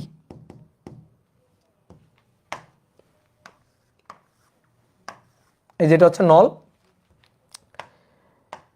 m1 যদি না ঘুরে তাহলে এই যে নিচের দিকে এটা হচ্ছে m1 এভাবে ঝুলে আছে, আর এই পাশে m2 ঝুলে আছে, m2 এভাবে ঝুলে আছে। ঠিক আছে? তাহলে m1 এর ভর হচ্ছে 30 কেজি, m2 এর ভর 50 কেজি, তাহলে m2 বেশি, m2 50 কেজি বেশি, আর m1 30 কেজি, 30 কেজি কম। তাহলে কি হবে? পুলি সিস্টেম, এটা একটা পুলির মতো। তাহলে পুলির মতো m2 নিচের দিকে নামবে, m1 উপরের দিকে উঠবে, m2 নিচের দিকে নামবে, m1 উপরের দিকে উঠবে। তাহলে m2 নিচের দিকে যে ত্বরণ নিয়ে নামবে সেই ত্বরণটা a, আর m1 উপরের দিকে যে ত্বরণ নিয়ে উঠবে সেই ত্বরণটা a। তো এই ত্বরণ বের করতে পারি কিনা? আমরা পারি। সূত্র কি ছিল? বড় ভর বিয়োগ ছোট ভর, আর নিচে দুটো ভরের যোগফল, m1 প্লাস m2 বা m2 plus m1, m1 plus m2 বা m2 প্লাস m1 ইন্টু জি। দেখো তো এই সূত্র ছিল কিনা। এবার কি এই সূত্র আমি তোমাকে করে দেখাবো কিভাবে আসলো। ঠিক আছে? কিভাবে আসলো এটা কি করে দেখাইতে হবে? করে দেখাইতে হলে কিন্তু মায়ের হবে, মায়ের, একেবারে মায়ের। তাহলে 50 বিয়োগ m1 হচ্ছে 30, আর নিচে 50 যোগ 30, জি এর মান কত? 9.8। তো শেষ, 3 মার্ক পেয়ে গেলাম। তাহলে উপরে 20 আর নিচে হচ্ছে 80 গুণ 9.8, তাহলে 2.45 এত মিটার পার সেকেন্ড স্কয়ার, এই হচ্ছে ত্বরণ। ঠিক আছে? তাহলে ত্বরণ হবে এটা। গেল এটা। এবার আসো 2 নম্বর কোশ্চেনটা বলছে যে কত কৌণিক বেগে ঘুরলে এই এই ঘটনাটা ঘটানো যাবে। ঠিক আছে, কি ঘটনাটা ঘটানো যাবে? এমন স্থির থাক, সরি এমন ওই পয়েন্টে থেকে ঘুরতে থাকবে 1 মিটার ব্যাসার্ধে বৃত্তার পথে এভাবে ঘুরতে থাকবে, এভাবে ঘুরতে থাকবে। ঠিক আছে, M2 ঝুলে আছে, M2 ঝুলে আছে। তুমি বলতে পারো ভাই M2 নিচে পড়ে যাবে না? না, পড়বে না। ওটাই তো কথা, যে এমন যদি ঘুরতে থাকে একটা নির্দিষ্ট কৌণিক বেগ নিয়ে যদি ঘুরতে থাকে তাহলে M2 নিচে পড়ে যাবে না। ঠিক আছে, M2 নিচে পড়ে যাবে না, M2 ঝুলে থাকবে আর এমন এভাবে ঘুরতে থাকবে। একটা নির্দিষ্ট কৌণিক বেগে ঘুরলে এটা সম্ভব। একটা নির্দিষ্ট কৌণিক বেগে ঘুরলে 1 মিটার ব্যাসার্ধে বৃত্তার পথে যদি নির্দিষ্ট একটা কৌণিক বেগ নিয়ে ঘোরে তাহলে এই ঘটনাটা ঘটানো সম্ভব। ঠিক আছে, তাহলে আমরা সেটাই দেখব যে কত কৌণিক বেগ নিয়ে ঘুরলে এই ঘটনাটা ঠিকঠাকভাবে ঘটানো যাবে। তাহলে আসো দেখো একটু চিত্র আঁকি। এইটা হচ্ছে নল বা পাইপটা, একটু ছোট্ট করে আঁকি এটা। এটা হচ্ছে নল বা পাইপটা।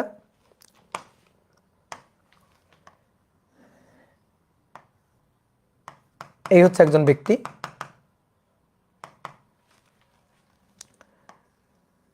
আর দড়ির এই প্রান্তে আর একজন ব্যক্তি।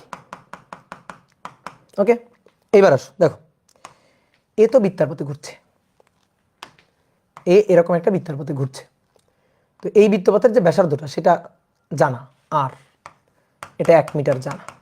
ঠিক আছে, এই বৃত্তপথের ব্যাসার্ধটা আর জানা। এবার সবাই একটু বোর্ডে দেখো। দেখো প্রথমে আসো এর কথা চিন্তা করি। এ কি স্থির আছে না? এ কেমন আছে? এ কিন্তু স্থির, এ আছে স্থির। আচ্ছা, এই যদি স্থির থাকে তাহলে এর তো ওজন কাজ করছে নিচের দিকে, তাহলে M2G। তো M2G তে এর নিচে পড়ে যাওয়ার কথা না? বলো, M2G তে এর তো নিচে পড়ে যাওয়ার কথা, তো পড়বে না কেন? দড়ি দিয়ে বাধা আছে তাই। তাহলে নিচের দিকে M2G, তাহলে উপরের দিকে কি? দড়ির টান। উপরের দিকে দড়ির টান, দড়ির টান T। ক্লিয়ার? এবার বলো, এর জন্য এর উপর আর কোনো বল নেই কিন্তু, এ কিন্তু ঘুরতেছে না, এর জন্য কোনো কেন্দ্রমুখী বল টল নেই। তাহলে নিচের দিকে M2G, উপরের দিকে টান T। এইবার তুমি বলো T বড় না M2G বড়? T বড় নাকি M2G বড়? বড়। সমান। তাহলে আমরা কি লিখতে পারি? T সমান সমান M2G লিখে দিতে পারি। ক্লিয়ার? ওকে, ডান। এইবার আসো, এ তো ঘুরতেছে, এ যদি ঘোরে তাহলে তো ভাই কেন্দ্রমুখী বলের যোগান দিতে হবে। এ যদি ঘোরে তাহলে কেন্দ্রমুখী বলের তো যোগান দিতে হবে। তো এর ওজন কাজ করতেছে কোন দিকে? নিচের দিকে।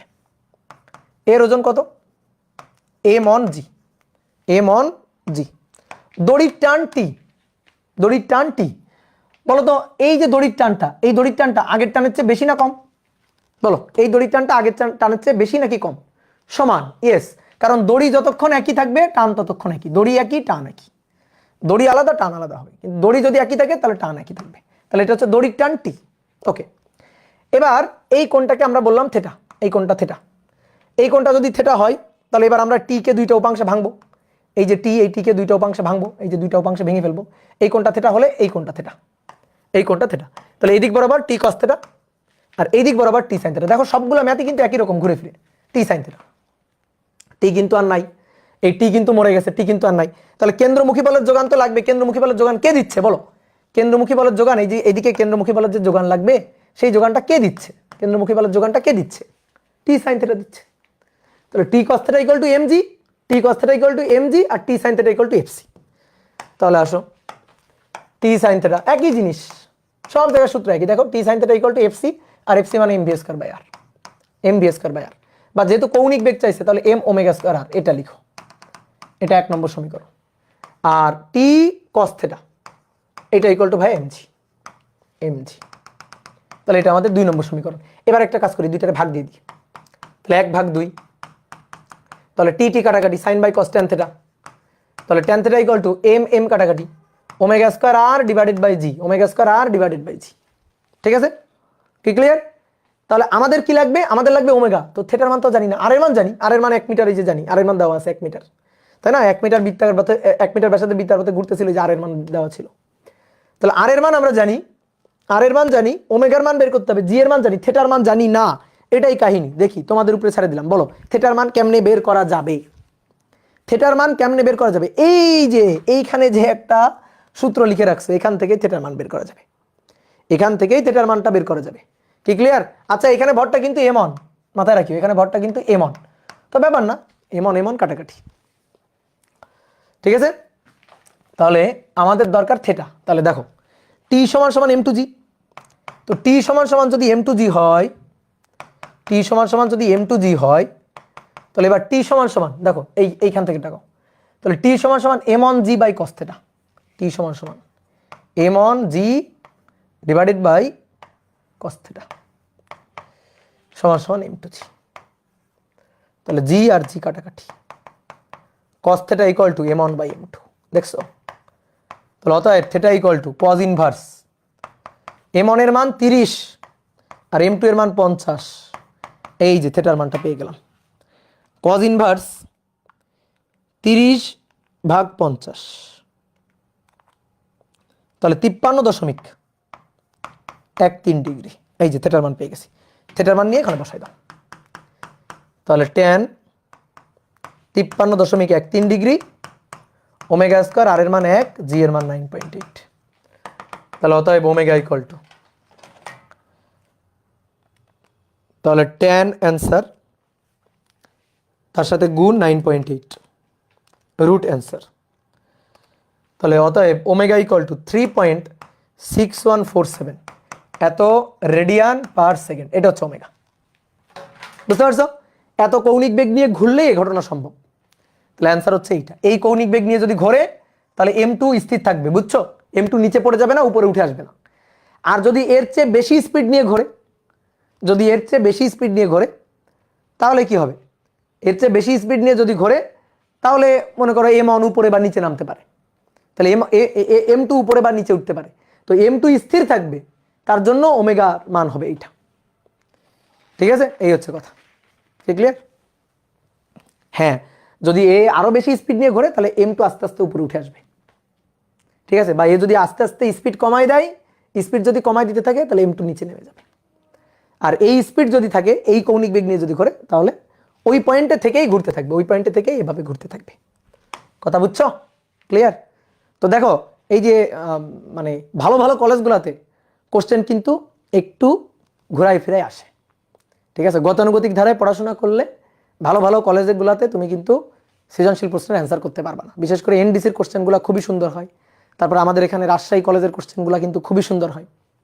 ঠিক আছে, বেশি কঠিন না, এটা বেশি কঠিন না। তোমার কাছে কনসেপ্ট ক্লিয়ার থাকলে কোনো ম্যাথই কঠিন না, তুমি দেখবা সব ম্যাথই তুমি কমন পাবা। তো আমি তোমার গ্যারান্টি দিয়ে বলতেছি, তোমার এই আমি যে কটা অধ্যায় পড়াচ্ছি এর উপরে যদি যে কোনো কলেজে সৃজনশীল প্রশ্ন ঘুরাই ফিরাই যেভাবেই দিক না কেন তুমি অ্যান্সার করতে পারবা। অলরেডি তোমরা কলেজে পরীক্ষা দিছো, তুমি একটু দেখো যা আমরা পড়াইছি তার মধ্য থেকে কোশ্চেন আসলে তোমার কেউ আটকাইতে পারছে কিনা। ঠিক আছে, যেগুলো আমরা পড়াইছি তার মধ্যে কোশ্চেন যেভাবেই আসুক তোমার কেউ আটকাইতে পারছে কিনা? পারবে না। তুমি যদি নিজে নিজে পড়ে থাকো, নিজে যদি একটু প্র্যাকটিস করো, তোমার কেউ আটকাইতে পারবে না, কারণ সব কনসেপ্ট আমি তোমাদের পড়াই দিচ্ছি একেবারে। ওকে, তো আরেকটা ম্যাথ আমরা একটু করব, আরেকটা ম্যাথ একটু করব। সেটা হচ্ছে এরকম একটা চাকতি আছে, সরি চাকতি না, ধরো একটা টেবিল আছে, এটা একটা টেবিল। এই টেবিলের উপর এখানে একটা ছিদ্র করা হয়েছে, টেবিলের উপর একটা ছিদ্র করা হয়েছে। ছিদ্র করে এখান থেকে দড়ি প্রবেশ করাই দিছি, দিয়ে এইখানে একটা ভার ঝুলাই রাখছি। এই ভারটা হচ্ছে m1, এটা হচ্ছে 0.3 কেজি। আর এই টেবিলের উপরে একটা ভার আছে, টেবিলের উপরে একটা ভার বেঁধে রাখছি, এটা হচ্ছে m2, এটা হচ্ছে 0.5 কেজি, 0.5 কেজি। ঠিক আছে, এবার বলা হচ্ছে এর ব্যাসার্ধ হচ্ছে 3 সেন্টিমিটার। তো এইটা কত বেগে ঘুরতে থাকলে, এই টেবিলটা কিন্তু ঘর্ষণহীন টেবিল, ঘর্ষণহীন টেবিল। তো এই যে এই বস্তুটা উপরে যে বস্তুটা আছে, এই বস্তুটা কত বেগে টেবিলের উপর থেকে ঘুরতে থাকলে, কত বেগে টেবিলের উপর থেকে ঘুরতে থাকলে m1 নিচে পড়ে যাবে না। তাহলে m2 কত বেগে ঘুরতে থাকলে ব্যাসার্ধ, এই যে 3 সেন্টিমিটার ব্যাসার্ধ, ব্যাসার্ধটা অপরিবর্তিত থাকবে, ব্যাসার্ধ অপরিবর্তিত থাকবে, অপরিবর্তিত থাকবে, বা m1 নিচে পড়ে যাবে না। কি ক্লিয়ার? দেখো একটু আগে যা করছো সেইটাই, একটু আগে যেটা করছো সেটাই। তো করো তো, এটা একটু অ্যানালাইসিস করো তো দেখি। নিচের দিকে ওজন m1g, উপরের দিকে টান, দড়ির টান উপরের দিকে, তাহলে উপরের দিকে দড়ির টান t, তাই তো? তাহলে নিচের দিকে এম অন জি, উপরের দিকে টান টি। কি ক্লিয়ার? এইবার আসো এর নিচের দিকে ওজন এম জি, নিচের দিকে ওজন এম জি টেবিলের তলে আছে, তো নিচের দিকে ওজন এম টু জি, উপরের দিকে তলে যেহেতু আছে তাহলে তলের উপরের দিকে অবিলম্বিক প্রতিক্রিয়া আর, তলের উপরের দিকে অবিলম্বিক প্রতিক্রিয়া আর, আর বৃত্তার পথে ঘুরবে, একটা বেগ নিয়ে ঘুরবে, তাহলে বেগ নিয়ে ঘুরলে তো কেন্দ্রমুখী বলের যোগান লাগবে। এর উপর আরেকটা বল আছে, সেটা হচ্ছে দড়ির টান। এই যে দড়ি, দড়ি যতক্ষণ একই, টান ততক্ষণ একই, দড়ির টান টি। তাহলে বলো এর উপর ক্রিয়ারত বল আর আছে, এম টু জি আছে, টি আছে, বলো কেন্দ্রমুখী বলের যোগান কে দিচ্ছে? এখানে টান টি হলে এখানেও টান টি, একই দড়ি, তাহলে কেন্দ্রমুখী বলের যোগান কে দিচ্ছে? ইয়েস, কেন্দ্রমুখী বলের যোগান দিচ্ছে দড়ির টান টি, দড়ির টান টি। এফসি এর যোগান আসতেছে টি থেকে। হয়ে গেছে, ম্যাথ শেষ, ম্যাথ শেষ। আসো তাহলে এখানে টি সমান সমান এম অন জি, ওকে, আর এখানে টি সমান সমান, টি সমান সমান m two M V square by r, মানে এফসি আর কি, একটু লিখি এফসি। তাহলে টি ইকুয়াল টু এফসি মানে m V square by r, কোন এম, কোন m, m two, m two, আর এই টি ইকুয়াল টু উপর থেকে এনে T equal to M on g, m one g, m two v square divided by r. তাহলে এখান থেকে এবার ভি এর মানটা বের করবা। এম ওয়ান এর মান 0.3, জি এর মান 9.8, এম টু এর মান 0.5, আর এর মান এই যে 3 সেন্টিমিটার 0.03। তাহলে ভি এর মানটা বের করবো এখান থেকে। ভি বলো তোমরা কেউ বের করো, তোমরা কেউ একজন বের করো, হিসাব করো। তো তার আগে আমি একটা কথা বলি, আর আর এম টু জি এর কি হলো? দেখো কেন্দ্রের দিকে তো আর এর উপাংশ আর কজ 90 0, এম টু জি তার কজ 90 0, তাহলে কেন্দ্রের দিকে আর এর উপাংশ এম টু জি এর উপাংশ 0, ওটা বাদ। তাহলে 38.225, 38.225 এত মিটার পার সেকেন্ড। এই বেগে ঘুরলে ব্যাসার্ধ অপরিবর্তিত থাকবে বা এম অনটা নিচে পড়ে যাবে না। এই কি হিসাব করলা? দেখছো তোমাদের বিশ্বাস করতে হয় না। 0.42, তাই তো ভাবি এত স্পিড করতে গিয়ে আসলো। 0.42। ফাইয়াদ উৎস, ফাইয়াদ উৎস, কি হইলো তোমার? কি হয়েছে? তোমার ক্যালকুলেটর কি মিথ্যা কথা কইতেছে? ক্যালকুলেটরে কি খাওয়াইছো বলো, মিথ্যা কথা কেন কইতেছে? হ্যাঁ, নামটা নেওয়ার জন্য ধরে মারবো, ফাজিল। ওকে, একটি ঘর্ষণযুক্ত টেবিলের উপর, একটি ঘর্ষণযুক্ত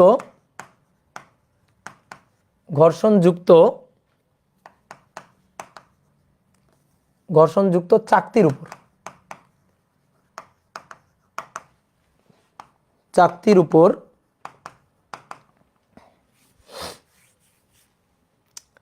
0.2 কেজি ভরের বস্তু, 0.2 কেজি ভরের বস্তু 8 সেন্টিমিটার বৃত্তাকার ব্যাসার্ধের পথে ঘোরে, ব্যাসার্ধের পথে ঘুরতে পারে, ঘুরতে পারে। তাহলে 0.5 কেজি ভরের বস্তু, ভরের বস্তু কত ব্যাসার্ধের বৃত্তার পথে ঘুরবে? কত ব্যাসার্ধের বৃত্তাকার পথে চাকতির উপর ঘুরতে পারবে? কত ব্যাসার্ধের বৃত্তাকার পথে চাকতির উপর ঘুরতে পারবে? চাকতির উপর ঘুরতে পারবে। নাও করো এটা।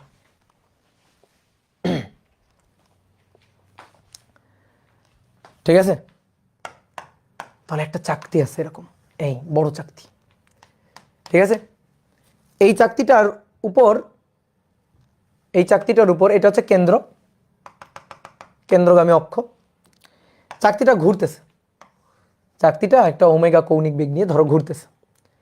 তো বলা হচ্ছে 0.2 কেজি ভরের একটি বস্তু 8 সেন্টিমিটার ব্যাসার্ধের পথে ঘুরতে পারে। ঠিক আছে, তো ধরো এইখানে আমি একটা বস্তু রাখছি, এখানে বস্তুটা রাখছি, এটা এরকম একটা বৃত্তাকার পথে ঘুরতে পারে, ছিটকে পড়ে যায় না, এখানে থেকে সুন্দরভাবে চাকতির উপর ঘুরতে পারে। তো এই ব্যাসার্ধটা কত? 8 সেন্টিমিটার। এই ব্যাসার্ধটা হচ্ছে 8 সেন্টিমিটার। বস্তুর ভর কত? বস্তুর ভর হচ্ছে 0.2 কেজি। এই বস্তুর ভর হচ্ছে 0.2 কেজি, 0.2 কেজি, এটা হচ্ছে তার ভর। এবার বলা হচ্ছে তাহলে আমি 0.5 কেজি এটা যদি রাখি, তাহলে এইটাকে আমি কত ব্যাসার্ধে বৃত্তার পথে ঘুরাইতে পারবো? 0.5 কেজি যদি রাখি, তাহলে এইটাকে আমি কত ব্যাসার্ধে বৃত্তার পথে ঘুরাইতে পারবো বলো তো? এই চাকতির উপর এই বস্তুটা রেখে ঘোরানো হলে এই বস্তুটা ছিটকে পড়ে যাওয়ার কথা না? বলো, এই বস্তুটা ছিটকে পড়ে যাওয়ার কথা না? ছিটকে পড়ে যাচ্ছে না কেন? কেন পড়ে যাচ্ছে না? কারণ ফ্রিকশন আছে। কেন পড়ে যাচ্ছে না? কারণ ফ্রিকশন আছে। কি কথা বুঝছো? ফ্রিকশন তাকে টেনে ধরে রাখছে, ফ্রিকশন তাকে টেনে ধরে রাখছে, কেন্দ্রের দিকে বল দিয়ে টেনে ধরে রাখছে। তাহলে দেখো, এই বস্তুর উপর ক্রিয়ারত বল অ্যানালাইসিস করি। নিচের দিকে ওজন এমজি, তলের অভিলম্বিক প্রতিক্রিয়া উপরের দিকে আর, তলের অভিলম্বিক প্রতিক্রিয়া উপরের দিকে আর, ঠিক আছে? এইবার দেখো, ছিটকে তো বাইরে বের হয়ে যাওয়ার কথা। ওই যে ব্যাংকিং এ দেখাইছিলাম না, পিছলে বাইরে সরে যাওয়ার কথা, বাইরে পড়ে যাওয়ার কথা। তাহলে বিপরীত দিকে কি কাজ করবে? ফ্রিকশন। তাহলে ফ্রিকশন ওকে টেনে ধরে রাখবে। তাহলে ফ্রিকশন টেনে ধরে রাখছে এই দিক বরাবর, ফ্রিকশন এফএস, ফ্রিকশন টেনে ধরে রাখছে। তাহলে টেনে ধরে রাখলে সেই ফ্রিকশন কি? স্থিতি ঘর্ষণ না চল ঘর্ষণ? বলো, কাইনেটিক ফ্রিকশন না static friction? Static friction, that is FS. দেখো, ফ্রিকশন আছে বলেই কিন্তু আছে, ফ্রিকশন না থাকলে কিন্তু পিছলে পড়ে যাইতো, পিছলে সরে যাইতো।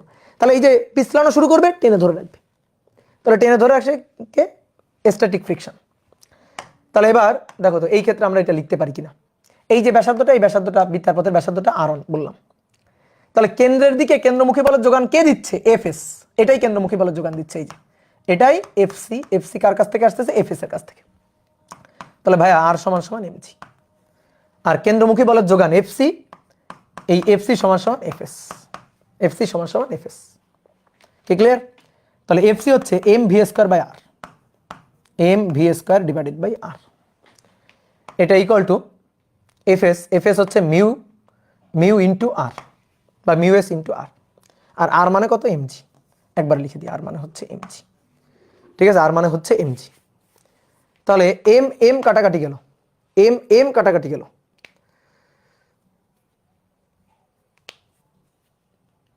কোশ্চেনটা ঠিক লিখছি? 0.2 কেজি ভরের বস্তু এত বেশি ব্যাসার্ধ বৃত্ত। ওহো,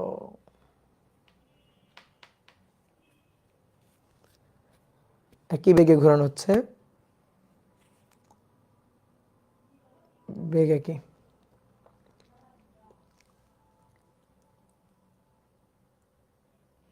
ও আচ্ছা, ঠিক আছে। M omega square R, M omega square R mu R, R MG, R MG that is FS friction.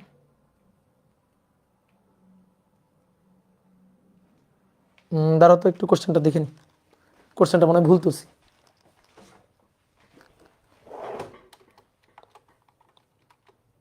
কই খুঁজবো আমি? এটা কাদের করেছিলাম?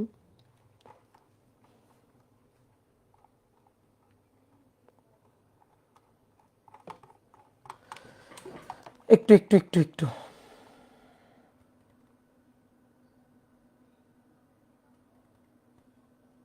দেখছো, ভুল লিখছি। চাকতি ও ব্লকটির তলের ঘর্ষণ গুণাঙ্ক এত, চাকতির কেন্দ্র থেকে 8 সেন্টিমিটার দূরে ব্লকটি রেখে চাকতিকে মিনিটে এতবার ঘোরানো গেলে 13 সেন্টিমিটার দূরে রেখে মিনিটে কতবার ঘোরানো যাবে? তাহলে কোশ্চেনটা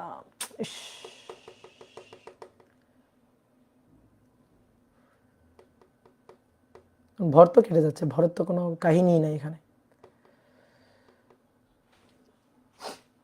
ধোকা নিজে খেয়ে গেছি, তোমাদের ধোকা দিতে গিয়ে নিজে ধোকা খেয়ে গেছি। একটা চেঞ্জ করা যাবে? একটি ঘর্ষণযুক্ত চাকতির উপর এত কেজি ভরের বস্তু, পুরাটাই চেঞ্জ করতে হবে।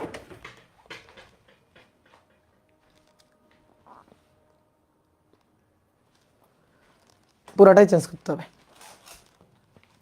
কাটো এটা, সরি, খুবই খুবই সরি, কষ্ট লাগতেছে নিজেরই।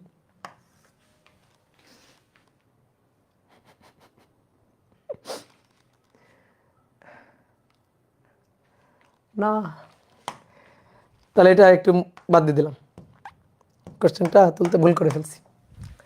তাহলে আসো, একটি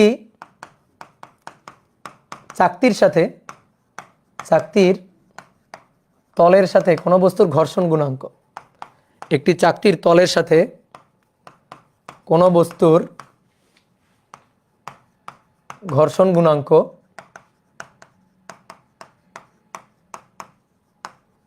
0.12। চাকতির কেন্দ্র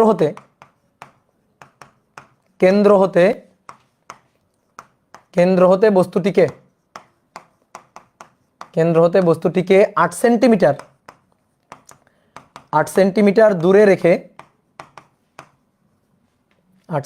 দূরে রেখে মিনিটে 60 বার ঘোরানো গেলে, মিনিটে 60 বার ঘোরানো গেলে 13 সেন্টিমিটার দূরে রেখে কতবার ঘোরানো যাবে? 13 সেন্টিমিটার দূরে রেখে কতবার ঘোরানো যাবে? এটা ঠিকঠাক কোশ্চেন। ঠিক আছে, 13 সেন্টিমিটার দূরে রেখে কতবার ঘোরানো যাবে? তো চলো এবার করে ফেলি। এই যে এটা হচ্ছে চাকতিটাকে একটু বড় করে আঁকি। এটা হচ্ছে চাকতি, এটা হচ্ছে এর কেন্দ্র, তো চাকতির উপর বস্তুটা আছে কত দূরে? 8 সেন্টিমিটার দূরে। 8 সেন্টিমিটার দূরে এখানে বস্তুটা আছে, ঠিক আছে, 8 সেন্টিমিটার দূরে। তো এবার 8 সেন্টিমিটার দূরে যখন আছে, এরকম একটা বৃত্তার পথে ঘুরতেছে, মিনিটে 60 বার করে আমি ঘোরাচ্ছি, মিনিটে 60 বার। তো এই যে ব্যাসার্ধটা, এই ব্যাসার্ধটাকে আমি বললাম r1, এটা হচ্ছে 8 সেন্টিমিটার। তো এইবার দেখো বস্তুর ওজন কাজ করছে নিচের দিকে mg, তলের অভিলম্বিক প্রতিক্রিয়া উপরের দিকে r, এবার ছিটকে বাইরে বের হয়ে যাবে, তো তার জন্য ছিটকে যাইতে দিবে না, তাহলে ফ্রিকশন তাকে টেনে ধরছে, এইটা হচ্ছে friction force, static friction, that is Fs। তো কেন্দ্রমুখী বলের যোগান কার কাছ থেকে আসবে? ফ্রিকশনের কাছ থেকে আসবে। তাহলে এই যে ফ্রিকশন কেন্দ্রমুখী বলের যোগান দিচ্ছে, Fc Fs এর যোগান দিচ্ছে। তাহলে এবার r সমান কত? mg, r সমান হচ্ছে mg, আর Fs এইটা সমান হচ্ছে Fc, Fs এটা সমান Fc। এবার একটু বোর্ডে দেখো, যেহেতু মিনিটে 60 বার ঘোরানো হচ্ছে, দ্যাট ইজ ওমেগা, তাহলে আমরা Fc কে m ওমেগা স্কয়ার r এই ফরম্যাটে লিখবো, m ওমেগা স্কয়ার r এই ফরম্যাটে লিখবো, ঠিক আছে। তাহলে m ওমেগা স্কয়ার r1, আর Fs হচ্ছে ফ্রিকশন হচ্ছে মিউ ইনটু r, আর r মানে উপর থেকে mg, তাহলে একবারে লিখে দিব মিউ ইনটু mg, ঠিক আছে।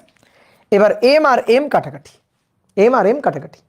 দেখো রাস্তার ঘর্ষণ গুণাঙ্ক বা চাকতির ঘর্ষণ গুণাঙ্ক সেটা গিভেন, এটা না দেওয়া থাকলেও কোনো সমস্যা ছিল না, 0.12 গিভেন, 0.12 গিভেন। তাহলে তুমি একটু খেয়াল করে দেখো যে আমি 8 সেন্টিমিটার দূরে রেখে মিনিটে 60 বার ঘোরাচ্ছি, তো বলা হচ্ছে 13 সেন্টিমিটার দূরে রেখে মিনিটে আমি কয়বার ঘোরাইতে পারবো? তাহলে এখন এই যে আমি এখন যে ঘোরাচ্ছি কৌণিক বেগ ওমেগা 1, মিনিটে 60 বার, তার মানে 60 rpm, দ্যাট ইজ ওমেগা 1, তাহলে এটাকে ওমেগা 1 বললাম, কি ক্লিয়ার? এইবার এরপরে যখন ধরো পরবর্তীতে চাকতির উপর, এখন তো আঁকার জায়গা নাই,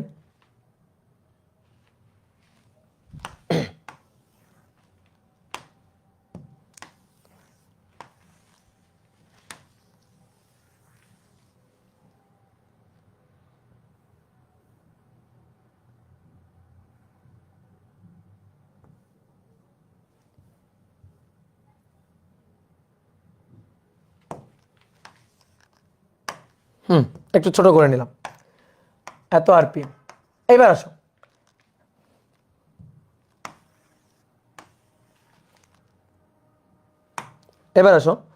যখন এবার চাকতিটাকে আমি ঘোরাবো মিনিটে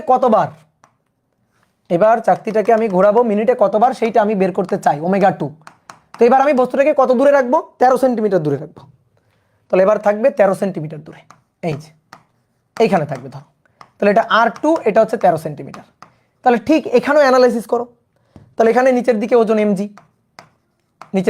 mg, তলের অভিলম্বিক প্রতিক্রিয়া উপরের দিকে r, তারপর এটা হচ্ছে এদিক বরাবর কেন্দ্রমুখী বলের যোগান, সেটা হচ্ছে Fs দিবে কেন্দ্রমুখী বলের যোগান, এই Fs কেন্দ্রমুখী বলের যোগান দিবে, দ্যাট ইজ Fc, তাই তো? তাহলে r সমান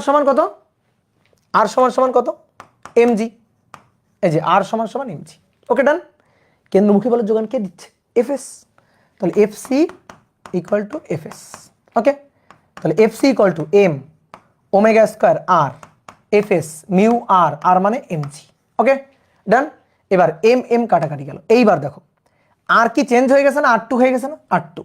এবার ওমেগা চেঞ্জ হয়ে কত হয়ে গেছে, ওমেগা টু। এইবার বলো তো এই দুইটা সমীকরণে সেম আছে কি, এই দুইটা সমীকরণে সেম আছে কি, দেখো তো দুইটা সমীকরণে। অতএব omega one square r one এটা সমান সমান মিউ জি, 1 নং সমীকরণ। এখানে omega two square r two সমান সমান মিউ জি, এটা 2 নং সমীকরণ। বলো এই দুইটা সমীকরণে সেম আছে কি, সেম আছে, মিউ জি সেম।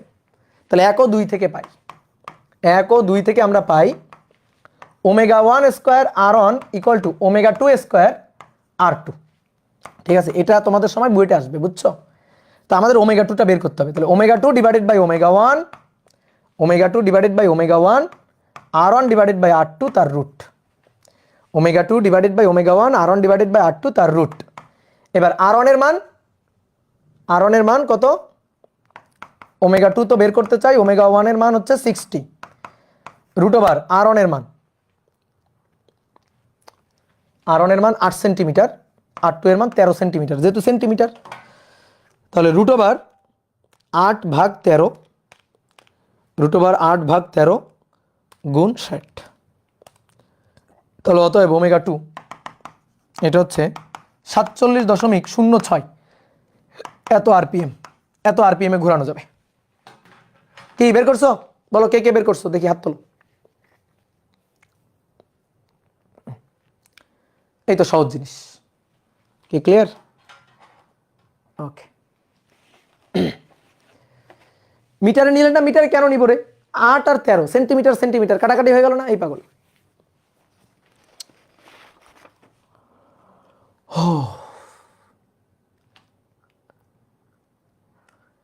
আপনার কষ্টে কেন্দ্রে দিয়েছি, কেন্দ্রে দিয়ে আর কি করবা বলো।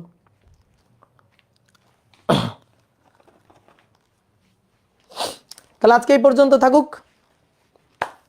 ফায়াদ উৎসব লস প্রজেক্ট, কিসের লস প্রজেক্ট রে পাগল?